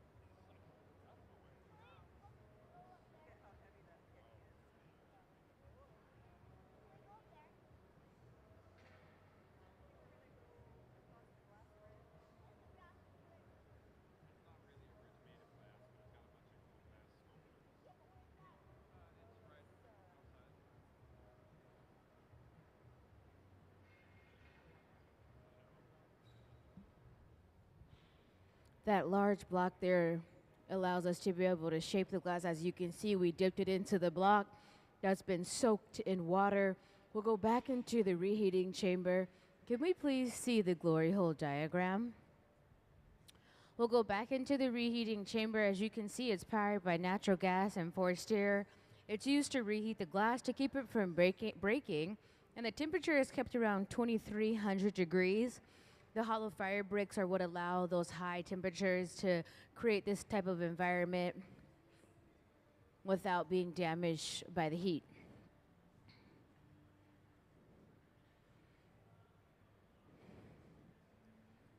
We only go into the reheating chamber to heat the glass up. We gather all the glass from the furnace. The furnaces are the silver tanks with the doors on the front.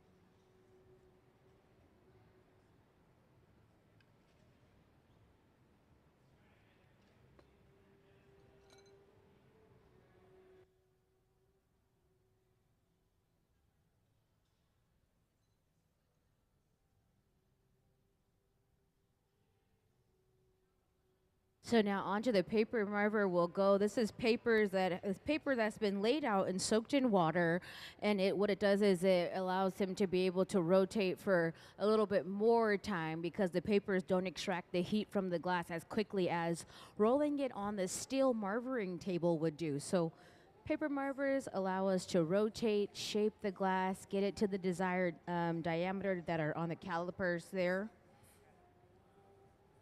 It also leaves a smooth finish. If you roll it on steel, it could put chill marks into the surface of the glass, and so rotating it on the papers, it provides a very nice smooth finish to the layers of the glass.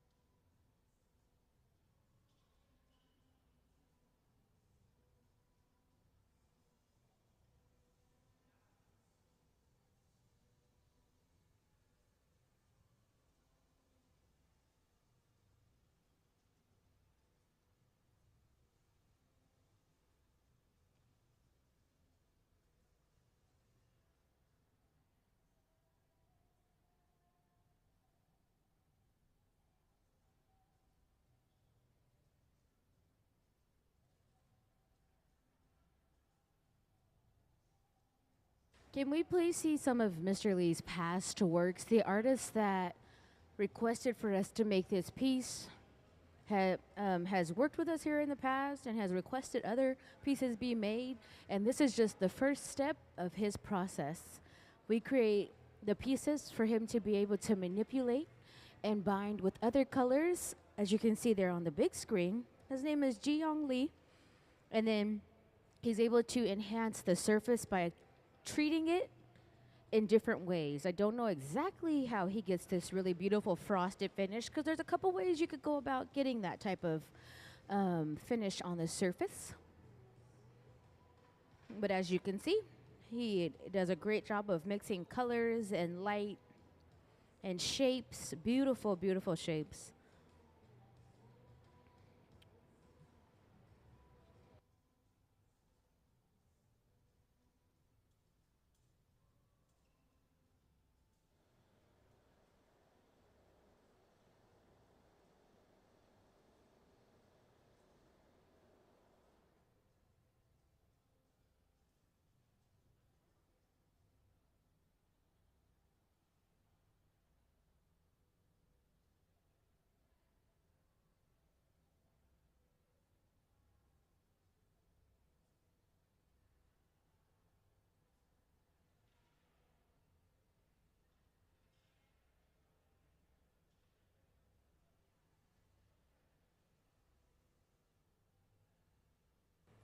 So to shape the bottom, we'll go on with the paddles and then following it with the jacks as we rotate.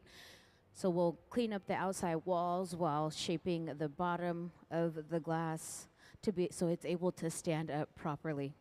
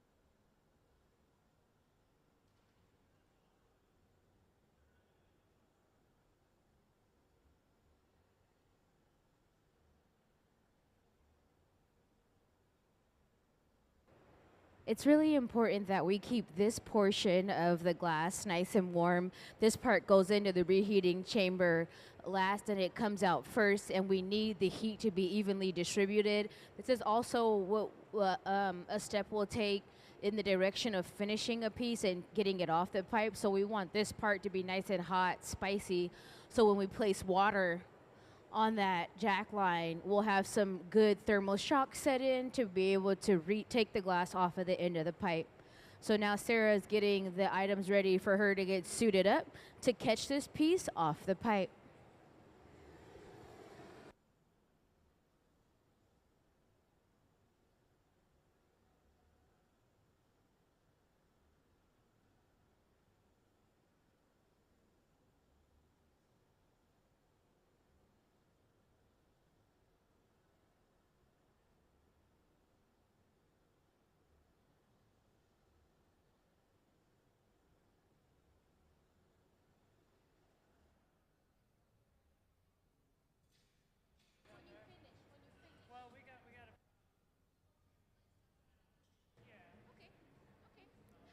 So one of our long-standing programs here is dedicated to the youth, and so the children are always encouraged to create illustrations and submit them. It's our Kids Design Glass program, which you'll see in the art alley as well as in the Grant Hall currently on display. So Kids Design Glass is dedicated to our youth. It's been going for about 20 years strong now, and what that means is that if you submit an image and the Hot Shop selects your image that you created, you then will be able to come to the museum, and one piece is made here in the Hot Shop and one piece goes home with the family. And you don't have to only be from around the way. We had some kids Skype in from Korea, I believe Korea, and they got their piece created because they were selected and they, joined the contest. So can we please see the Kids Design Glass video to learn a little bit more about the program?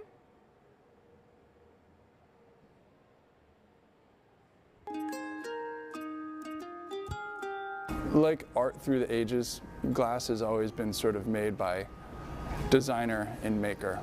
And so to highlight that relationship, we created Kids Design Glass, where kids age 12 and under can make a drawing and submit it to us. We'll make 2 pieces, give one to the family, and we'll keep one to put in our collection and build the exhibition that has been Kids Design Glass.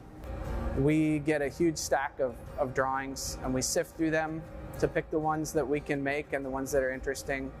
200-300 drawings a month, so we get a stack of drawings. We go through each one.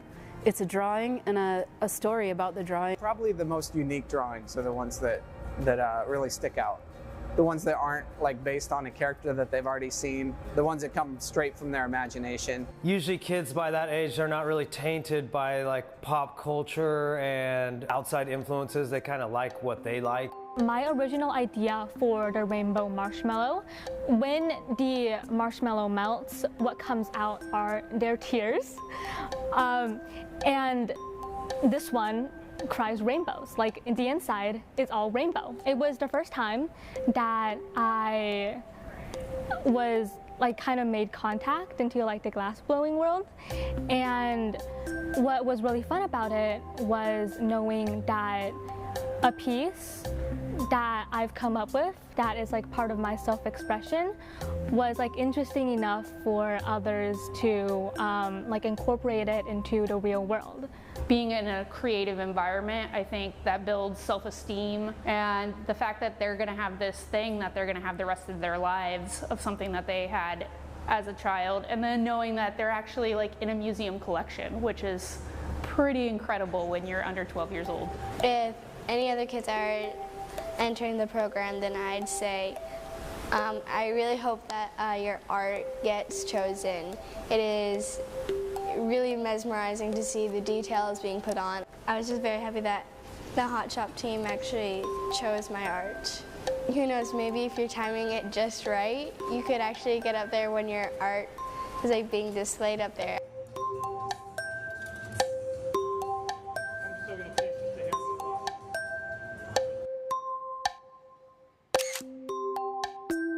For 20 years, we've made some wild things.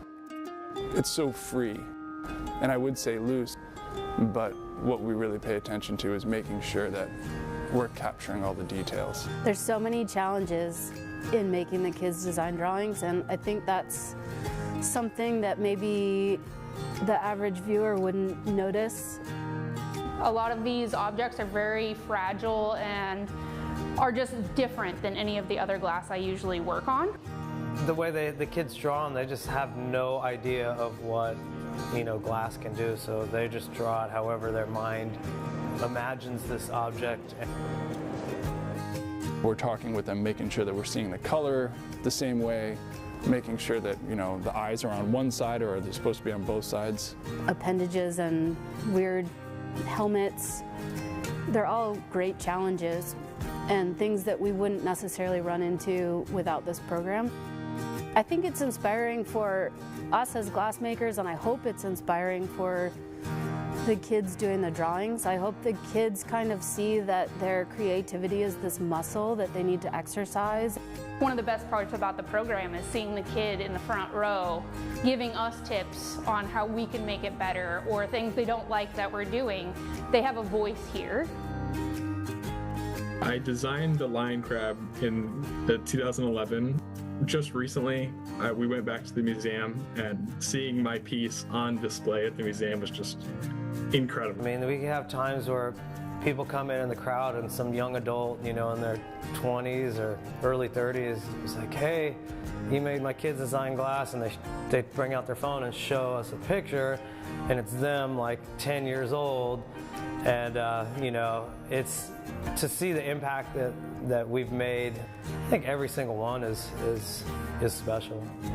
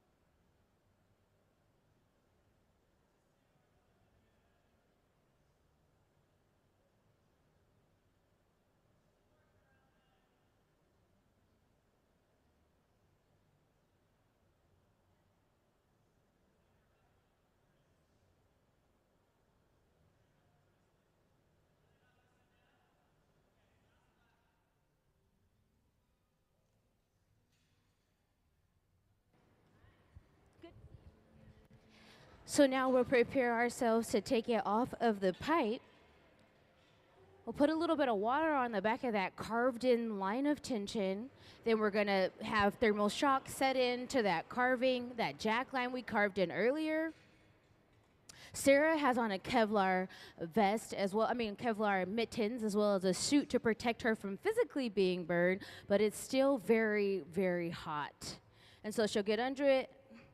We'll go in with some water, kind of like saw it off a bit for this piece here. Let's give them a big round of applause.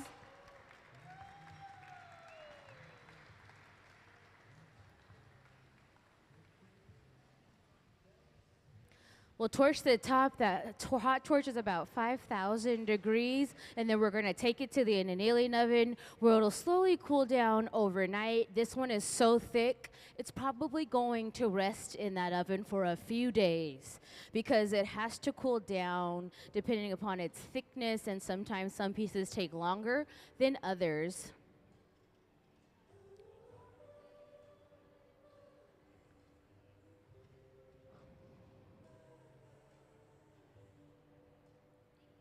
Thank you guys for hanging out here at the Museum of Glass. We'll be making glass until 5 o'clock, so you're more than welcome to tour the museum. Let's give them one more big round of applause for all their hard work.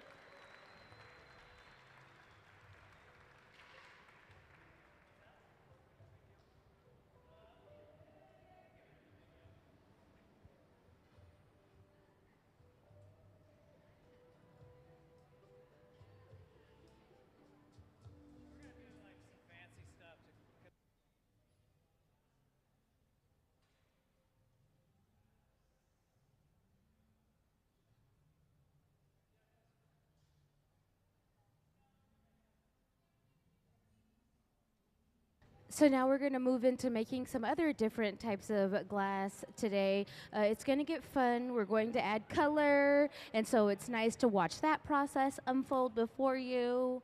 And I will let you guys know what we're doing as we do it. So allow them some time to set themselves up properly to make something different in just a moment.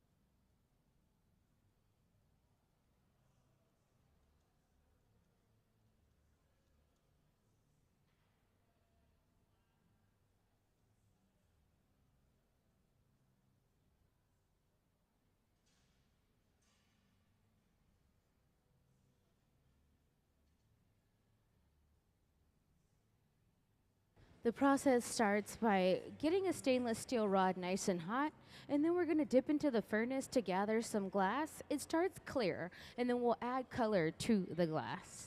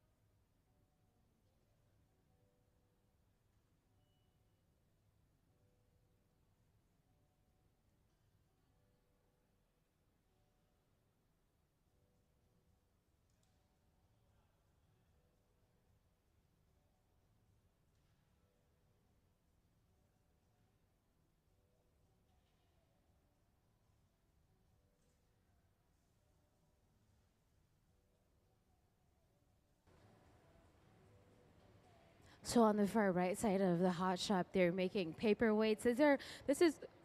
Pardon me, this is a blow your own experience. So if you ever would like to come to the museum and learn how to make something, you will be led by the Hilltop Artists, youth artists. They started making glass when they were young. They've been in the program for many years, and they lead the hands-on workshops. And then here at the middle bench, we're going to start creating something in just a moment. We've started a bubble. Now we're actually laying color over that clear bubble to encase it so it has a solid finish on the outside.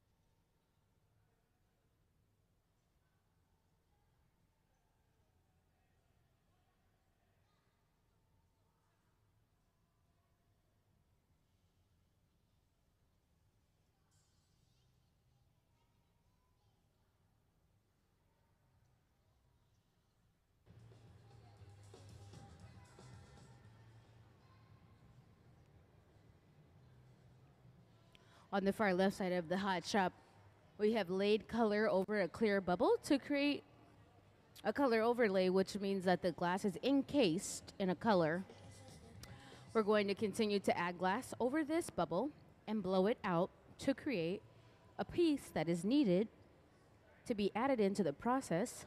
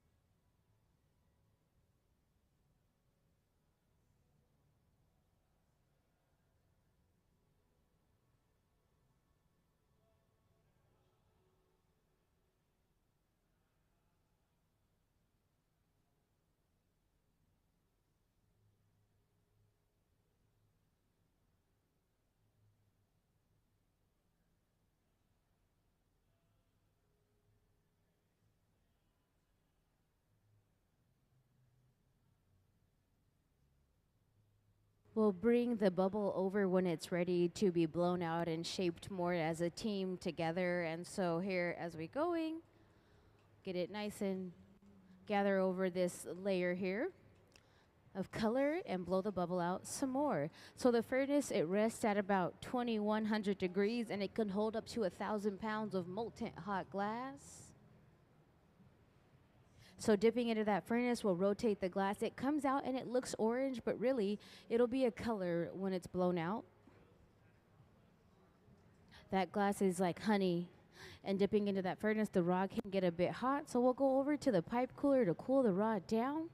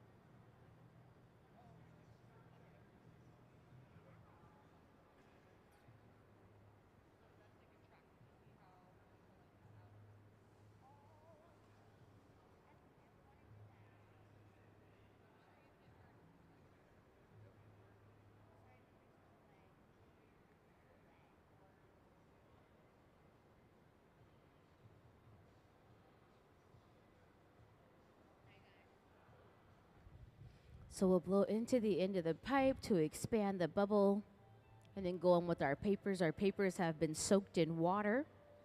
The glass color has been applied to this clear bubble in the color overlay process, which means that we use glass color to cover clear glass, a clear glass bubble. And now as we're blowing into the end of the pipe, he is guiding and shaping the glass with his papers, regular newspaper that has been soaked in water. We want the glass to be move as far as it can from the end of the pipe naturally before we carve in a jack line, which is an indicating point of the bottom of the pipe and the beginning of the piece.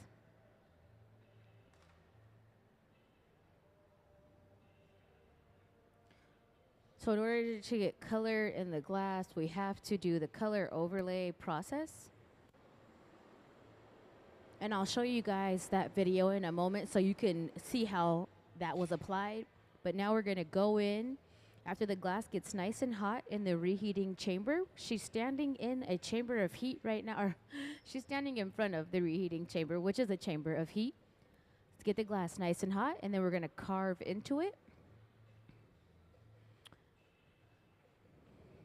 The jacks allow us to carve into the surface of the glass to create lines of tension.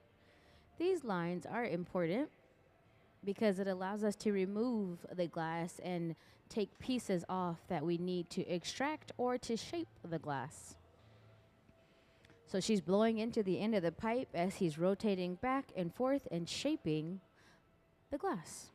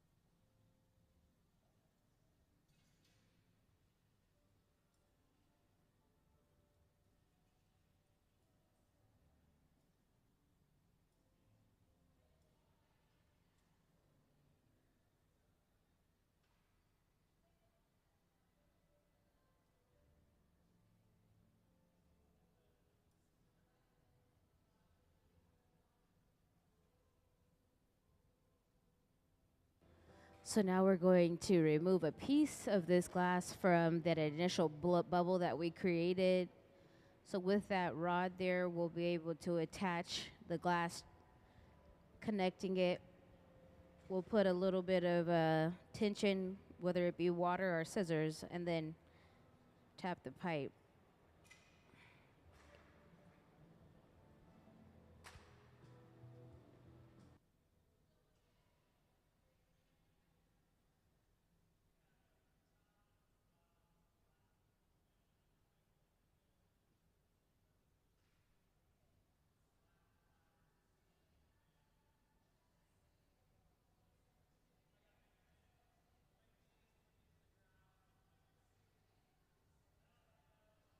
Can we see, or can you take a moment and look for the Encamo diagram? And then once the Encamo diagram, can you flash it up so the people will be able to understand the process for me? So what we're doing is we are going to Encamo these two bowls to a middle portion of glass that will have some design on it. We have yet to build the middle portion, so there'll be 3 pieces. Encamo means to graft. And so what we're doing is we're going to graft the 3 pieces together to create one large piece of glass. But the process is, it means we must make 2 pieces to then graft to a middle piece. In this process, it's 3 steps. When typically you can just Encamo 2 things together, which will give you very beautiful lines of definition to be distinct between the 2 different parts. If you guys have any questions, my name's Emily. I hope you all guys are having a beautiful Saturday, a wonderful Saturday. We got color into these 2 cups that we're creating. We got color into them due to the color overlay process. And so what that means is that we took a piece of cold glass, heated it up, laid it over, which was of color, and then laid it over a clear bubble, gathered over that, blew the bubble out, split the bubble in half, and now we have 2 color cups. Can we please see the color overlay video to learn about how the glass got color? The color in glass comes from adding various materials to the mixture of raw ingredients called batch. Most of the colorants are compounds containing some kind of metal. For example, adding cobalt to clear glass creates a deep blue. Tin and antimony can be used to create white glass, and gold chloride can produce a rich red or pink-colored glass. Colored glass is melted in furnaces, just like clear glass, and then is usually rolled into bars for storage and easy application. In order to apply color bar to a bubble, we first need to preheat the color to approximately 950 or 1000 degrees Fahrenheit in a color oven or garage. Once warm, the color is then picked up on the end of a punty rod using a little bit of clear glass as a support. The color is then heated in the 2300 degree glory hole to soften it and make it malleable, while another artist creates a small bubble of clear glass on a blowpipe. Once warm, the color is dropped over the clear bubble, and then using a variety of hand tools or the steel marver, the color is rolled back over the clear in an even layer. This process is called dropping color, or creating a color overlay. Depending on the project, that bubble is then usually gathered over with clear glass and blown into the final form.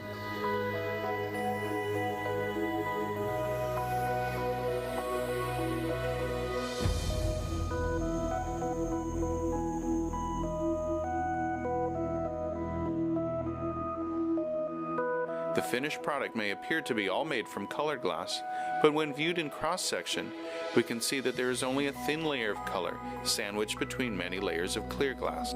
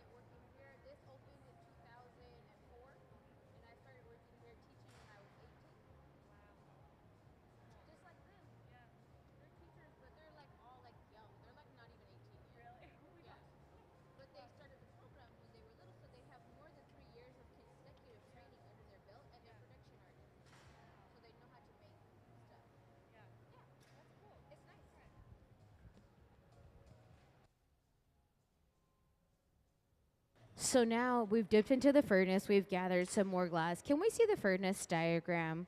She's spraying water into the surface of the furnace to help eliminate any sort of bubbles that may be in there.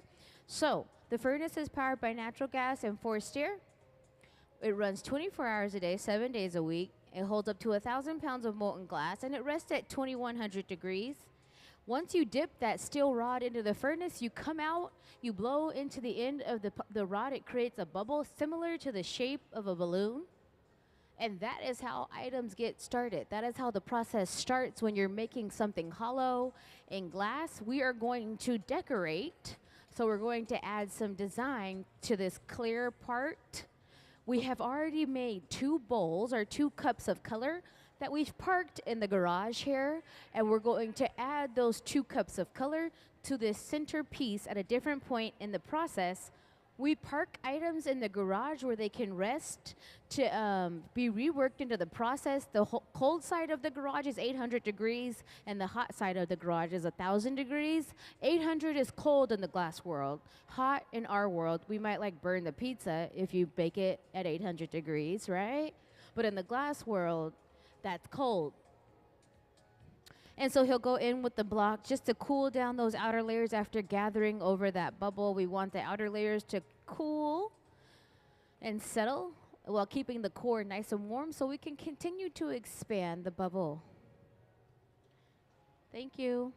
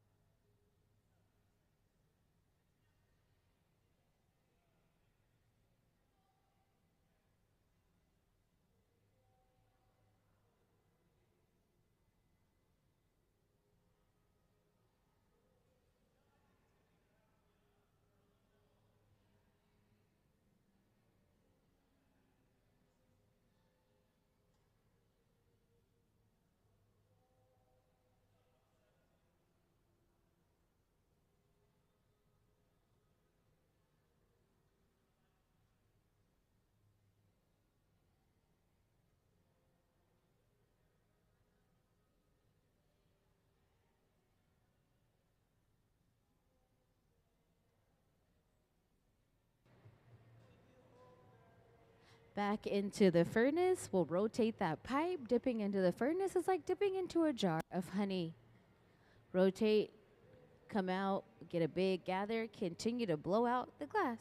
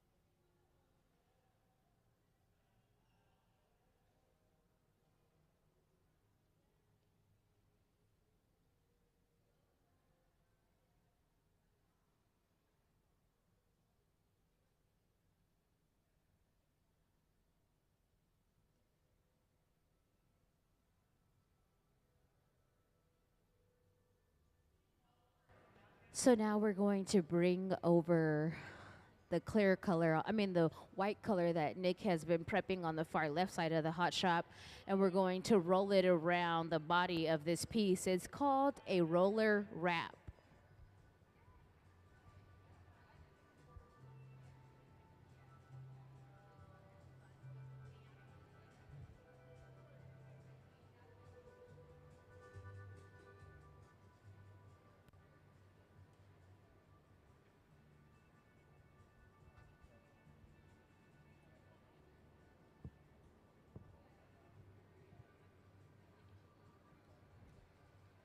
So we'll start by touching the surface of the clear glass and slowly pulling that rod with the clear glass back, and the glass is wrapping around. We wanted it to be off center so that way when it is wrapped around the glass, it'll have some sort of kind of variation, not just a regular spiral. So it'll be kind of odd. It'll have a curvature to the line.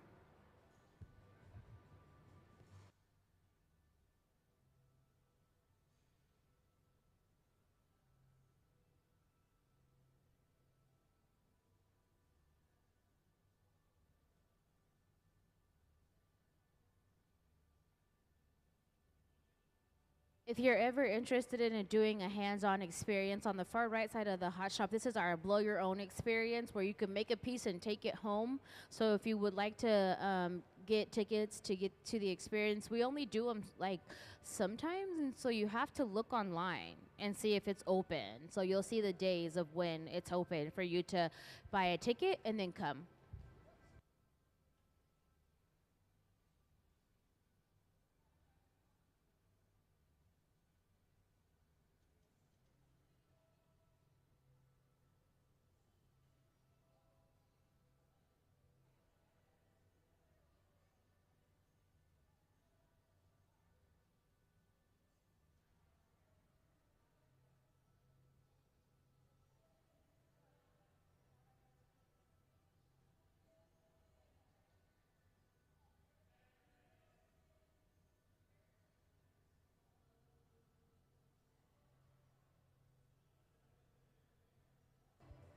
So we're gonna wrap it again. We'll have a lot of texture, a lot of different lines that'll go onto the surface. And when it cools down, it'll be really nice to look at.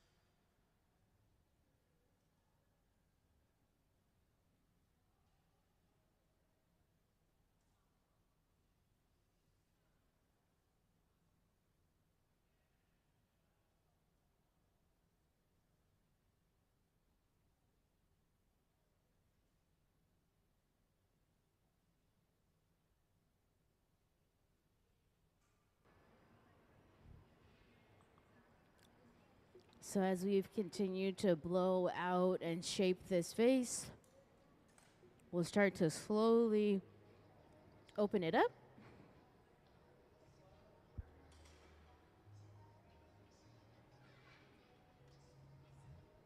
We'll go in with those jacks and carve into the end of the glass. When we carve into the glass with the jacks, it creates lines of tension, so weak points. So it stresses out the area. So when we want to remove extra pieces, they will come off. They'll fall off easily. So we'll go in and create that jack line. Whenever we use the jack line or create a jack line at the end of the pipe, that line allows us to then indicate the end of the pipe and the beginning of the piece. So what he's going to do is open up this structure he's created because it'll function as the middle of the piece. It's not ready yet. It's ready. So you see how it fell off? Now we have an access point to open up. So we're kind of making like a tube. And we're going to encalmo, which means we're going to graft one of the pieces we made, one of the colorful bowls, our colorful cups we made that we placed in the garage. Can we please see the encalmo illustration? Encalmo means to graft, which means when the two pieces of glass are placed together, they are distinctly and precisely connected. So you'll have a distinction between pattern and color.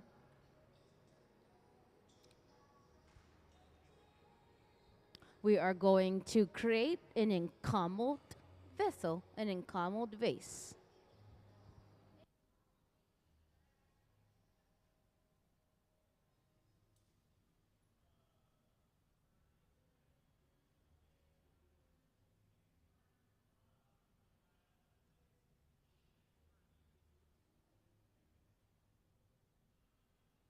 So now we'll go in with those those jacks and start to open the jacks, which opened that hole. So now we have a mouth.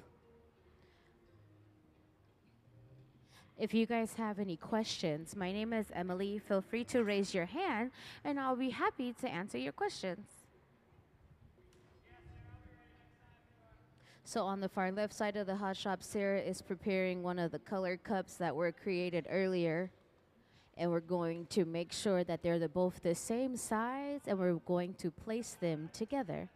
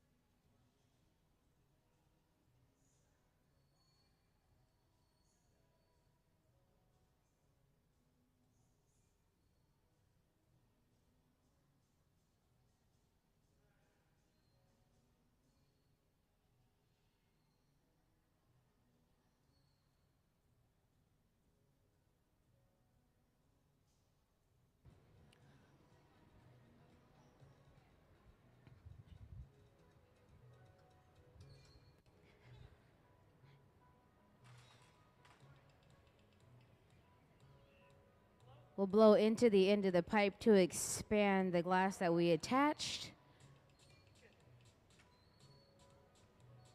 A little bit of water on the end of that pipe there, that jack line, tap it. And now we have a really beautiful pattern in the middle. Yeah, you guys can clap it up. It's always good when the piece comes off the pipe properly. So now we have pattern, some solid color, and we'll add some more pattern.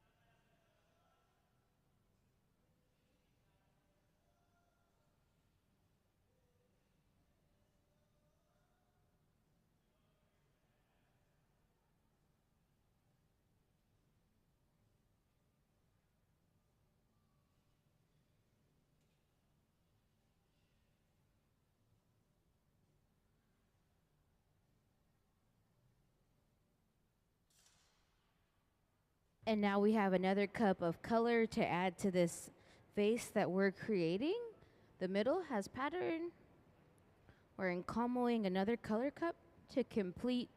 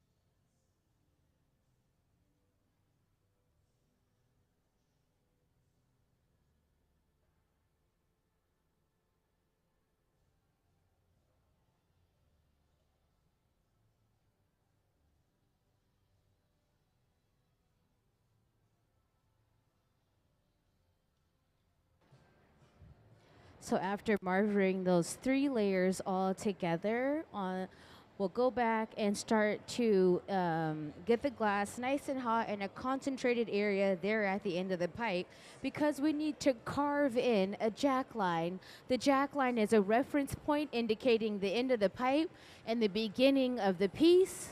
So we're going to get it real hot. We're going to carve in a jack line next.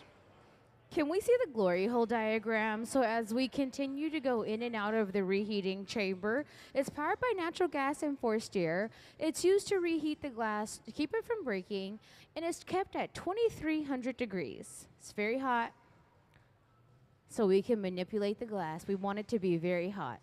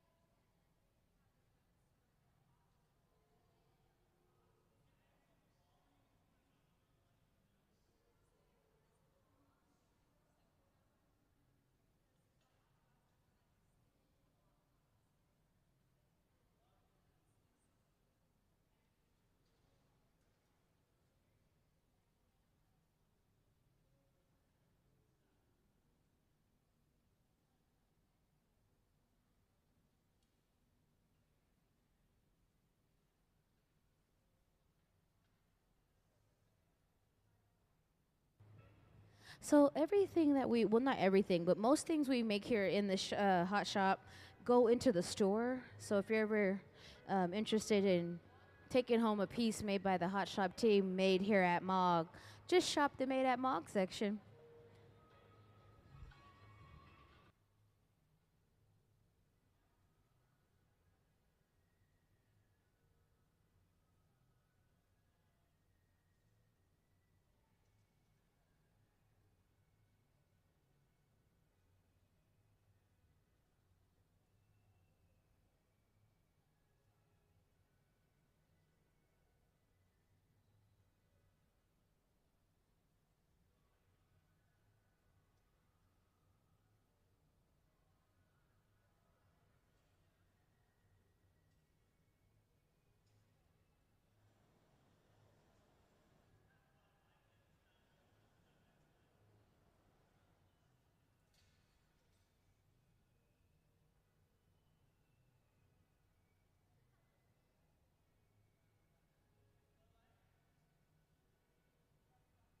We'll paddle the bottom and go and reinforce that wall with the jacks as we rotate back and forth. They make it look easy, but you don't see how hot it is, like the feeling with your arm being impacted by all those high temperatures. But he put a sleeve on, so he's okay.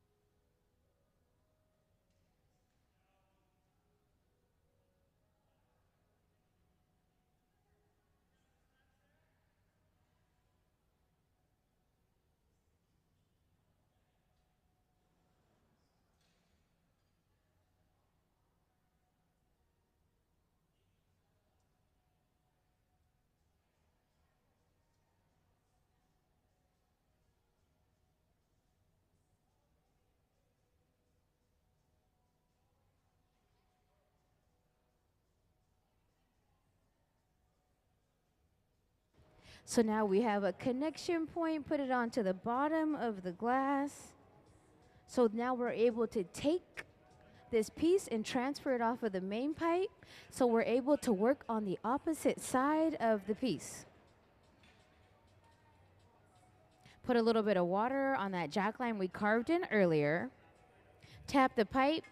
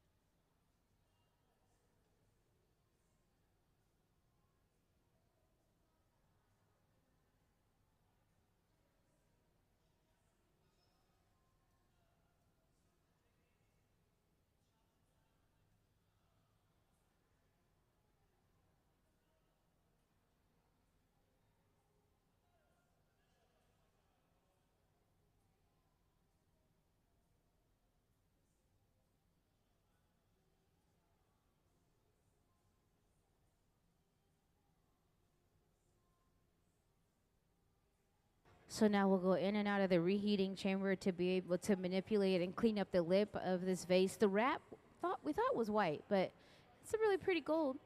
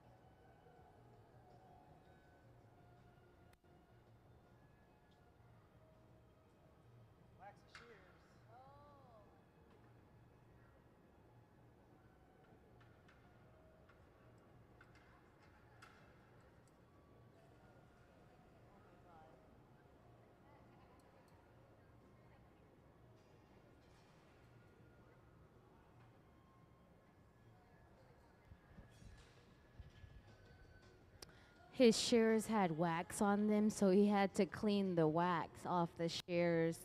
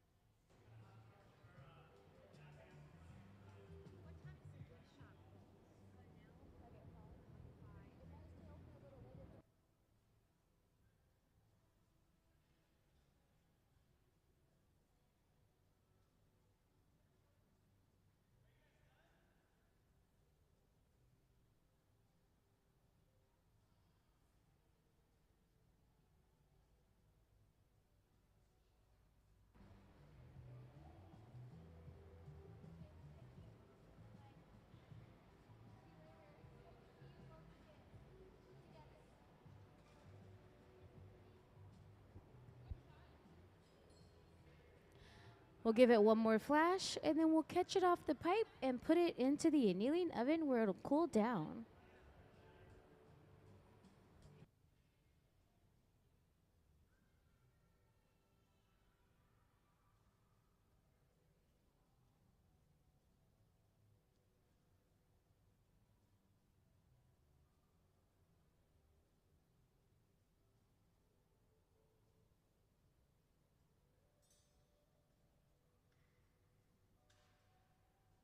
Let's give them a big round of applause. Clap it up.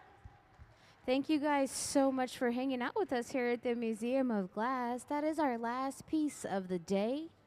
You can always watch us on the live stream Wednesday through Sunday, 10 to 5. That's on museumofglass.org, and you can learn more about what we're making so you don't have to come. You can watch us online, or you can come back. We're always here, open for you all to hang out with us. Have a wonderful evening. Bye-bye.